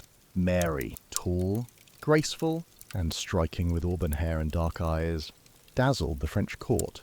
When Francis ascended the throne in 1559, Mary became Queen of France as well as Queen of Scotland. For a brief shining year, she seemed the most fortunate woman in Europe, young, adored, and doubly crowned. But fortune turned swiftly. Francis died in 1560, barely a year into his reign. At 18, Mary was a widow, stripped of her French crown, and suddenly vulnerable in a court where she was now an outsider. With little choice, she resolved to return to Scotland, a land she had not seen since childhood, a realm that had grown harsher and more divided during her absence. Her return in 1561 was both triumphant and ominous. Crowds gathered to glimpse the beautiful young queen, but behind the cheers lay deep fractures. Scotland was embroiled in religious conflict. Protestant reformers, inspired by figures like John Knox, clashed with Catholic loyalists. Mary, herself a devout Catholic, now faced the impossible task of ruling a kingdom at war with its own soul. Mary's return to Scotland brought not only the weight of religion, but also the question of marriage. As a young widow, her hand was sought by princes across Europe, yet in 1565, she made a fateful choice. She married her cousin, Henry Stuart, Lord Darnley. At first, the union seemed perfect. Darnley was tall, handsome, and carried Tudor blood, which gave their future children potential claims to both the Scottish and English thrones. For a brief moment, Mary's position seemed strengthened, but appearances deceived. Darnley quickly revealed himself as arrogant, ambitious, and reckless. He resented Mary's authority, demanded the crown matrimonial to rule alongside her, and turned against her closest advisors. His jealousy was particularly inflamed by her friendship with David Rizzio, her Italian secretary. In 1566, a conspiracy led by Darnley and disaffected nobles culminated in Rizzio's brutal murder, stabbed dozens of times in Mary's presence. While she was heavily pregnant, the horror scarred Mary deeply, and her trust in Darnley was shattered forever. The birth of her son, James, in June 1566 briefly offered hope. But within a year, tragedy struck again. In February 1567, Darnley was found dead outside Edinburgh at Kirker Field after a mysterious explosion. His strangled body lay in the garden, untouched by the blast. Whispers of conspiracy filled Scotland. Fingers pointed at many rebellious lords, foreign agents, even Mary herself. Yet the man most suspected was James Hepburn, the Earl of Bothwell, a powerful noble with whom Mary was soon entangled. Bothwell was accused of orchestrating Darnley's murder, yet he was acquitted in a hasty trial. Mere weeks later, Mary was abducted by Bothwell, or perhaps complicitly eloped with him. Accounts differ. Their sudden marriage shocked Scotland. To many nobles, it was confirmation of her guilt in Darnley's death. Outrage swept the kingdom. Former allies turned against her, and Protestant lords united to depose their queen. By July 1567, Mary was forced to abdicate in favour of her infant son, who was crowned James VI. Bothwell fled into exile, leaving Mary abandoned. Her desperate attempt to regain power through battle ended in defeat at Carberry Hill. Imprisoned in Lochleven Castle, she was pressured to sign away her throne. At just 24 years old, the once glorious Queen of Scots had been stripped of her crown, her freedom, and her dignity. In 1568, she escaped captivity and fled south, seeking refuge in England. It was a gamble born of desperation. Mary placed herself in the hands of her cousin, Elizabeth the Firm. She hoped Elizabeth would help restore her throne. Instead, she became Elizabeth's prisoner. For the next 19 years, Mary's presence in England would fester as a political wound, a living threat to Elizabeth's rule, and a symbol around which Catholic plots endlessly gathered. For 19 long years, Mary lived not as a queen but as a captive. From castle to manor house, Elizabeth kept her cousin under constant watch, shifting her between loyal Protestant custodians, though treated with courtesy befitting her rank. Mary was never free. She wrote letters, embroidered, prayed, and dreamed of rescue. To her Catholic supporters in England and abroad, she was more than a prisoner. She was the rightful queen, a living banner around which conspiracies gathered. Plots to free Mary multiplied. Some aimed to smuggle her abroad, others schemed to overthrow Elizabeth entirely. The most infamous was the Babington Plot of 1586, in which conspirators planned to assassinate Elizabeth and place Mary on the English throne. Whether Mary truly endorsed the plan remains debated, but intercepted letters sealed her fate. Elizabeth, long reluctant to strike against an anointed queen, finally allowed the machinery of law to move. Mary was put on trial at Fotheringhay Castle. She stood before English commissioners not as a foreign sovereign, but as an accused traitor. Denied legal counsel, she defended herself with dignity and eloquence, insisting she had never sought Elizabeth's death. Yet the verdict was foregone. Mary was found guilty of treason and sentenced to die. Elizabeth hesitated for weeks, torn between political necessity and personal unease, before finally signing the death warrant in February 1587. On the morning of February 8th, 1587, Mary, dressed in crimson, the colour of martyrdom in Catholic tradition, she walked steadily into the great hall, where hundreds watched. Kneeling, she prayed aloud, forgiving her enemies and declaring her Catholic faith. When the executioner raised his axe, it took more than one stroke to sever her head. The crowd gasped. Some wept. Mary, Queen of Scots, was no more. Yet in that moment, she achieved the martyr's aura she had long sought. Mary's death sent shockwaves through Europe. To Catholics, she was a saintly martyr. To Protestants, she was a dangerous conspirator justly punished. For Elizabeth, the act was both triumph and torment. She had eliminated her greatest rival, but at the cost of executing a fellow queen. History would never forget the image of two powerful women cousins bound by blood and rivalry whose fates intertwined in tragedy. In the end, Mary's legacy lived on not through her rule, but through her son. James VI of Scotland would inherit the English throne in 1603, uniting the crowns that had divided his mother and Elizabeth. Through him, Mary triumphed beyond the grave. Her story remains a haunting reminder of ambition's cost, the fragility of power, and the brutal theatre of history. When we think of the birth of civilization, our minds leap almost automatically to the grand names of the old world. Egypt, with its towering pyramids and god-kings buried beneath stone. Mesopotamia, where rivers carried not only water but law, writing, and empire. Yet across the ocean, hidden beneath centuries of desert sand. There was another story older, quieter, and just as extraordinary. This was Carol, the ancient city of the Soup Valley in modern-day Peru, a settlement that flourished nearly 5,000 years ago, contemporary with the pharaohs and the first scribes of Sumer, and yet, unlike its counterparts, Corral lay forgotten for millennia, whispering only through eroded pyramids and sunken plazas, until archaeologists gave it a voice again. To stand in Corral today is to confront a paradox. Around you stretch miles of desert dry, unyielding, silent. The earth is pale and cracked, the horizon endless.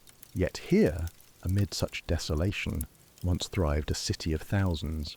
They raised monumental structures, orchestrated ceremonies, traded across vast distances, and played haunting music on flutes made from condor bones. Corral is proof that human determination can turn even the harshest wasteland into a stage for community, ritual, and meaning. The ruins themselves are staggering in their simplicity and scale. At its centre rise 6 immense pyramidal mounds, some larger than a modern football field, flanked by circular sunken plazas where hundreds would once have gathered. Stone staircases lead upward, as though inviting the people of Carol to ascend toward the heavens. Unlike the tombs of Egypt, these pyramids were not built for kings. They were communal spaces, temples, gathering places, the architectural heartbeats of society. This in itself tells us something radical, that Corral was not organized around the glory of a single ruler, but around the rhythm of community. Daily life here was no less fascinating. Farmers cultivated beans, squash, and above all, cotton. Cotton threads became fishing nets, cast by coastal communities who brought back anchovies and sardines to feed the desert city. Traders journeyed into the highlands to fetch obsidian for tools, feathers for ritual costumes, and exotic goods that spoke of long-distance exchange. In the evenings, the city echoed with music flutes and cornets carved from bone, their notes rising like prayers in the dry air. Imagine the sound.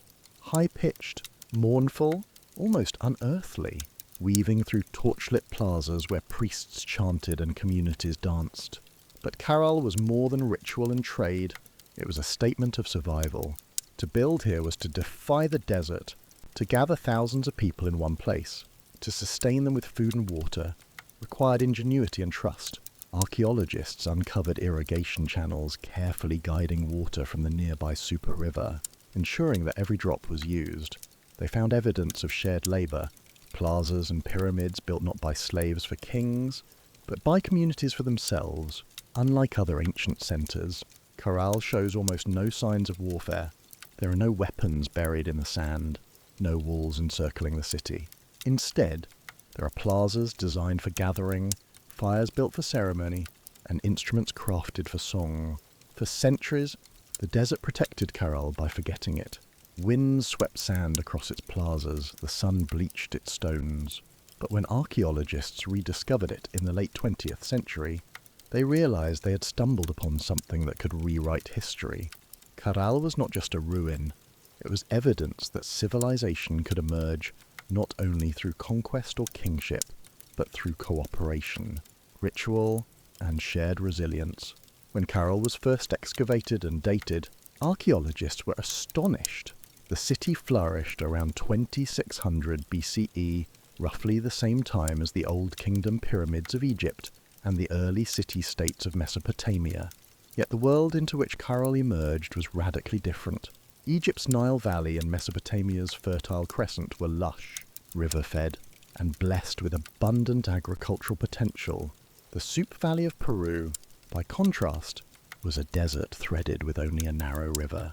The very existence of Corral was improbable, and it is precisely in this improbability that its significance shines. Egypt is remembered for its pyramids, immense tombs built for kings and pharaohs. Each stone was a testament to centralized power and divine monarchy. In Mesopotamia, the ziggurats rose as stairways to the gods, towering above cities organized around temple states and kings who wielded law and military might. Both civilizations left behind a narrative in which rulers were at the center, gods on earth, or at least their chosen representatives. Power was hierarchical, top-down, Codified in stone and clay, Caral tells a different story. Its pyramids, though monumental, were not tombs for dead rulers. They show no signs of royal burials, no sarcophagi, no treasures entombed with pharaohs or kings. Instead, they were spaces of gathering and ritual. Circular, sunken plazas suggest ceremonies in which hundreds, perhaps thousands, participated together. Fire pits, musical instruments, and offerings point not to a cult of personality, but to communal spirituality. In Caral, the sacred was shared, not monopolized. This distinction cannot be overstated. Egypt's pyramids immortalized individuals. Caral's pyramids seem to have immortalized the act of community itself, where Mesopotamian law codes like Hammurabi's proclaimed the authority of rulers over subjects. Caral left no such written decrees. It had no script that we know of, no monumental inscriptions praising kings. Its silence is striking, and in that silence we glimpse a society less obsessed with domination, more invested in cooperation, even warfare. The dark shadow that so often accompanies early civilizations seems absent in Caral. Archaeologists have found almost no weapons, no defensive walls, no evidence of armies. Egypt and Mesopotamia were forged in conflict wars for land, resources, and supremacy.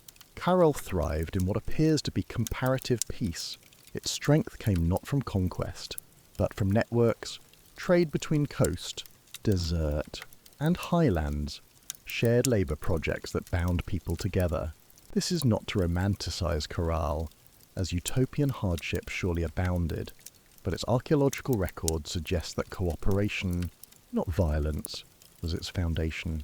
Another contrast lies in material culture. Egypt celebrated its pharaohs with colossal statues and painted tombs. Mesopotamia left behind libraries of cuneiform tablets, laws and myths etched into clay. Caral, however, left music. Dozens of flutes and cornets crafted from bird bones were discovered, still capable of producing notes after thousands of years. Imagine if our understanding of Egypt relied on a single song, or if Mesopotamia's voice was not in tablets but in melody. Caral speaks to us not in words or images of kings, but in echoes of sound, in the rhythms of plazas meant for gathering. To compare them is to recognize multiple models of civilization. Egypt and Mesopotamia suggest that power requires hierarchy, armies, and laws carved into stone. Caral suggests another path, that power can reside in ritual, cooperation, and cultural memory shared by all. In this sense, Caral broadens our understanding of what it means to be civilized. Civilization does not have to be synonymous with conquest. It can also mean resilience, creativity, and the courage to live together in an unforgiving landscape. And perhaps that is Caral's greatest lesson when placed alongside its old world peers. While pharaohs demanded monuments to their glory, and Mesopotamian kings wrote decrees to enforce obedience, the builders of Caral created plazas where the community could gather under the open sky. Their legacy was not one man's immortality, but the continuity of a people. They remind us that civilization is not only about rulers and wars, it is also about music, ritual, and the invisible threads that bind human beings together. For centuries, history textbooks spoke with certainty. Civilization, they said, began in 4 great river valleys: the Nile in Egypt, the Tigris and Euphrates in Mesopotamia, the Indus in South Asia, and the Yellow River in China.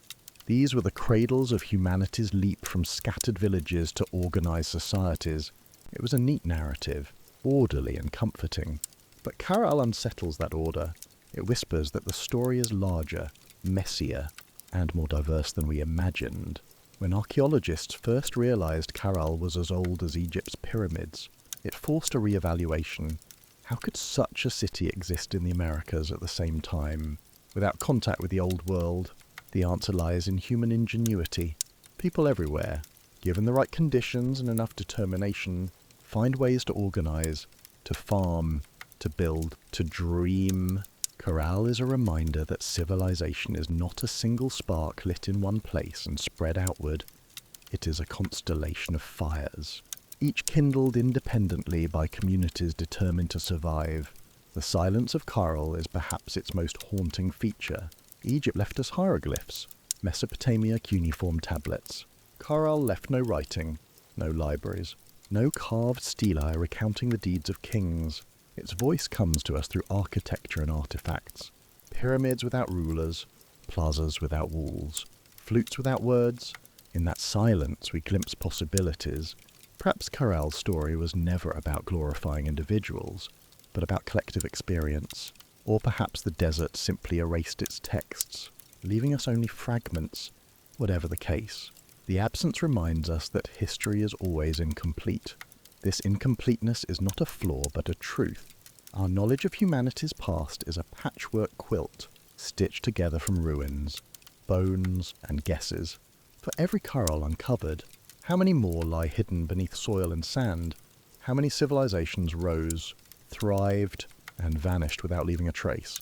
To study history is to embrace humility, the recognition that our story is far older, far wider than our books can hold. Corel also complicates our assumptions about what it means to be advanced.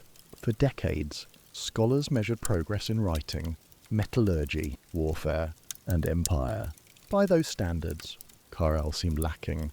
No bronze, no armies, no libraries. And yet, it endured for centuries, building monumental architecture, sustaining trade networks, nurturing culture. Perhaps the true measure of civilization is not how much blood it spills or how many wars it wins, but how well it enables its people to live together. By that measure, Corel was deeply civilized. There is also something profoundly human in the way Corel vanished. Around 1800 BCE, the city declined. Climate shifts, resource pressures, or social change, we cannot be sure. What remains are empty plazas and abandoned temples. And yet, the echoes of Corel did not disappear completely.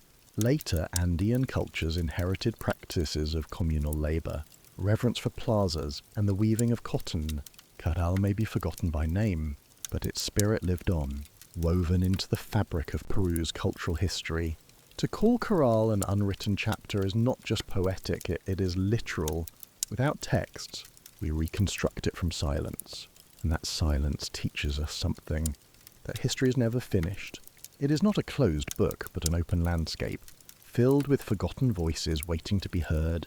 Each discovery, whether a buried city or a bone flute, is an invitation to expand our imagination.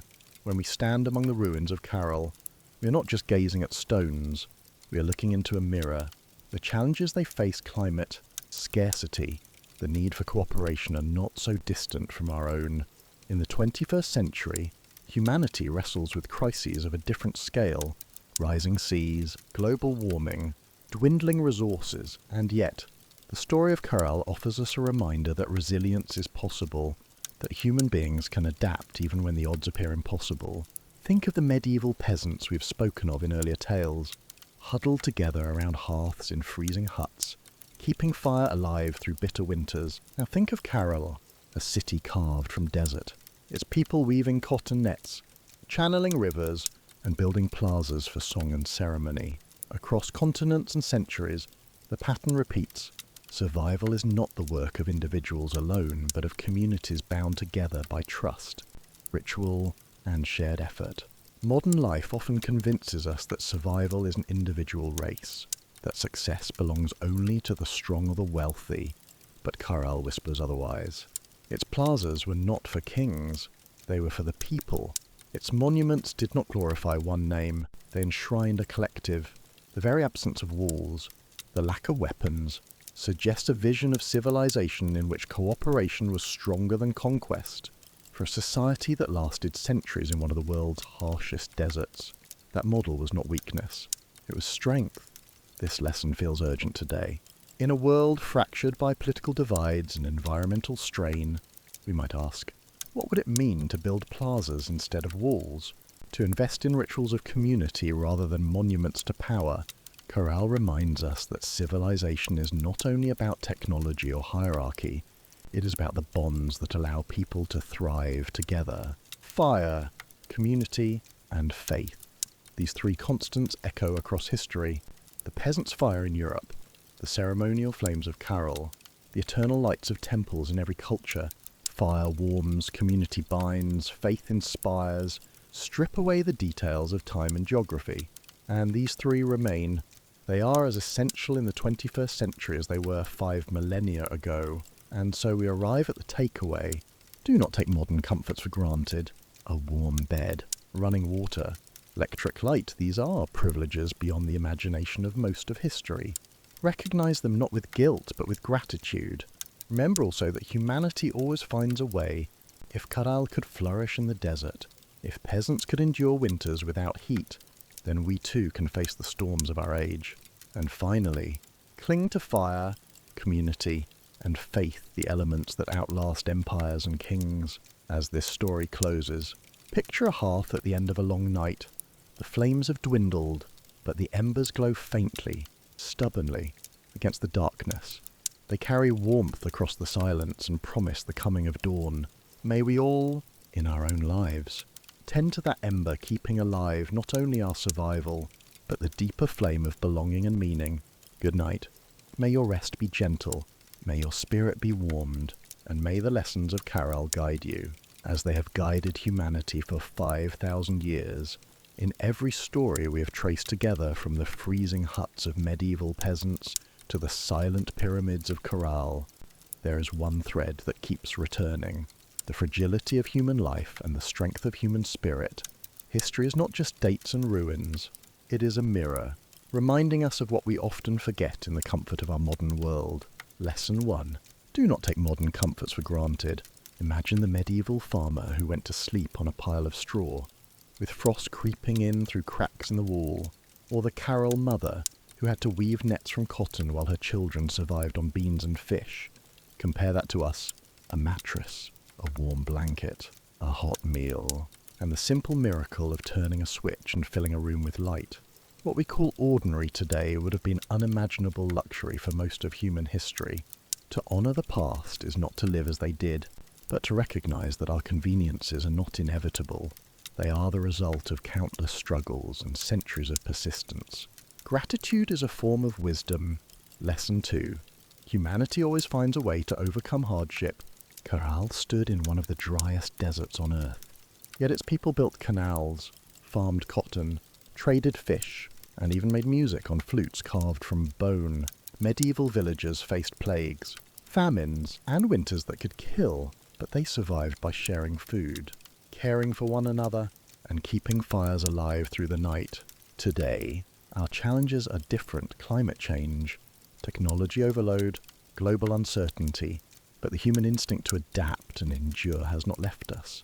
It whispers the same promise: no matter how harsh the desert, no matter how cold the night, people will find a way.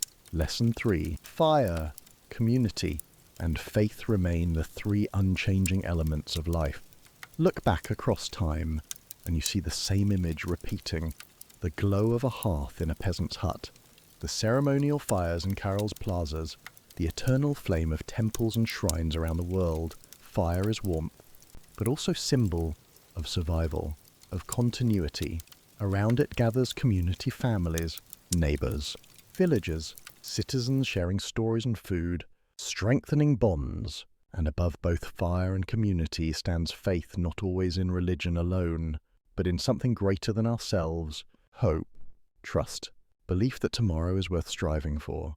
These three, fire, community, faith, are not relics. They are still alive in every home, every neighbourhood, every act of kindness we perform. So when we think of crackle, when we imagine medieval peasants watching sparks rise from a fire, we are really thinking about ourselves. The contexts change, the tools evolve, but the essence remains. And now, as this story ends, let us close with an image: a hearth at the end of a long night. The flames have burned low, but the embers remain quiet, glowing, patient. They carry warmth across the darkness and promise the return of light. Good night. May your rest be gentle, may your heart be warmed by community, and may your dreams be guided by that ancient trio of fire, community, and faith.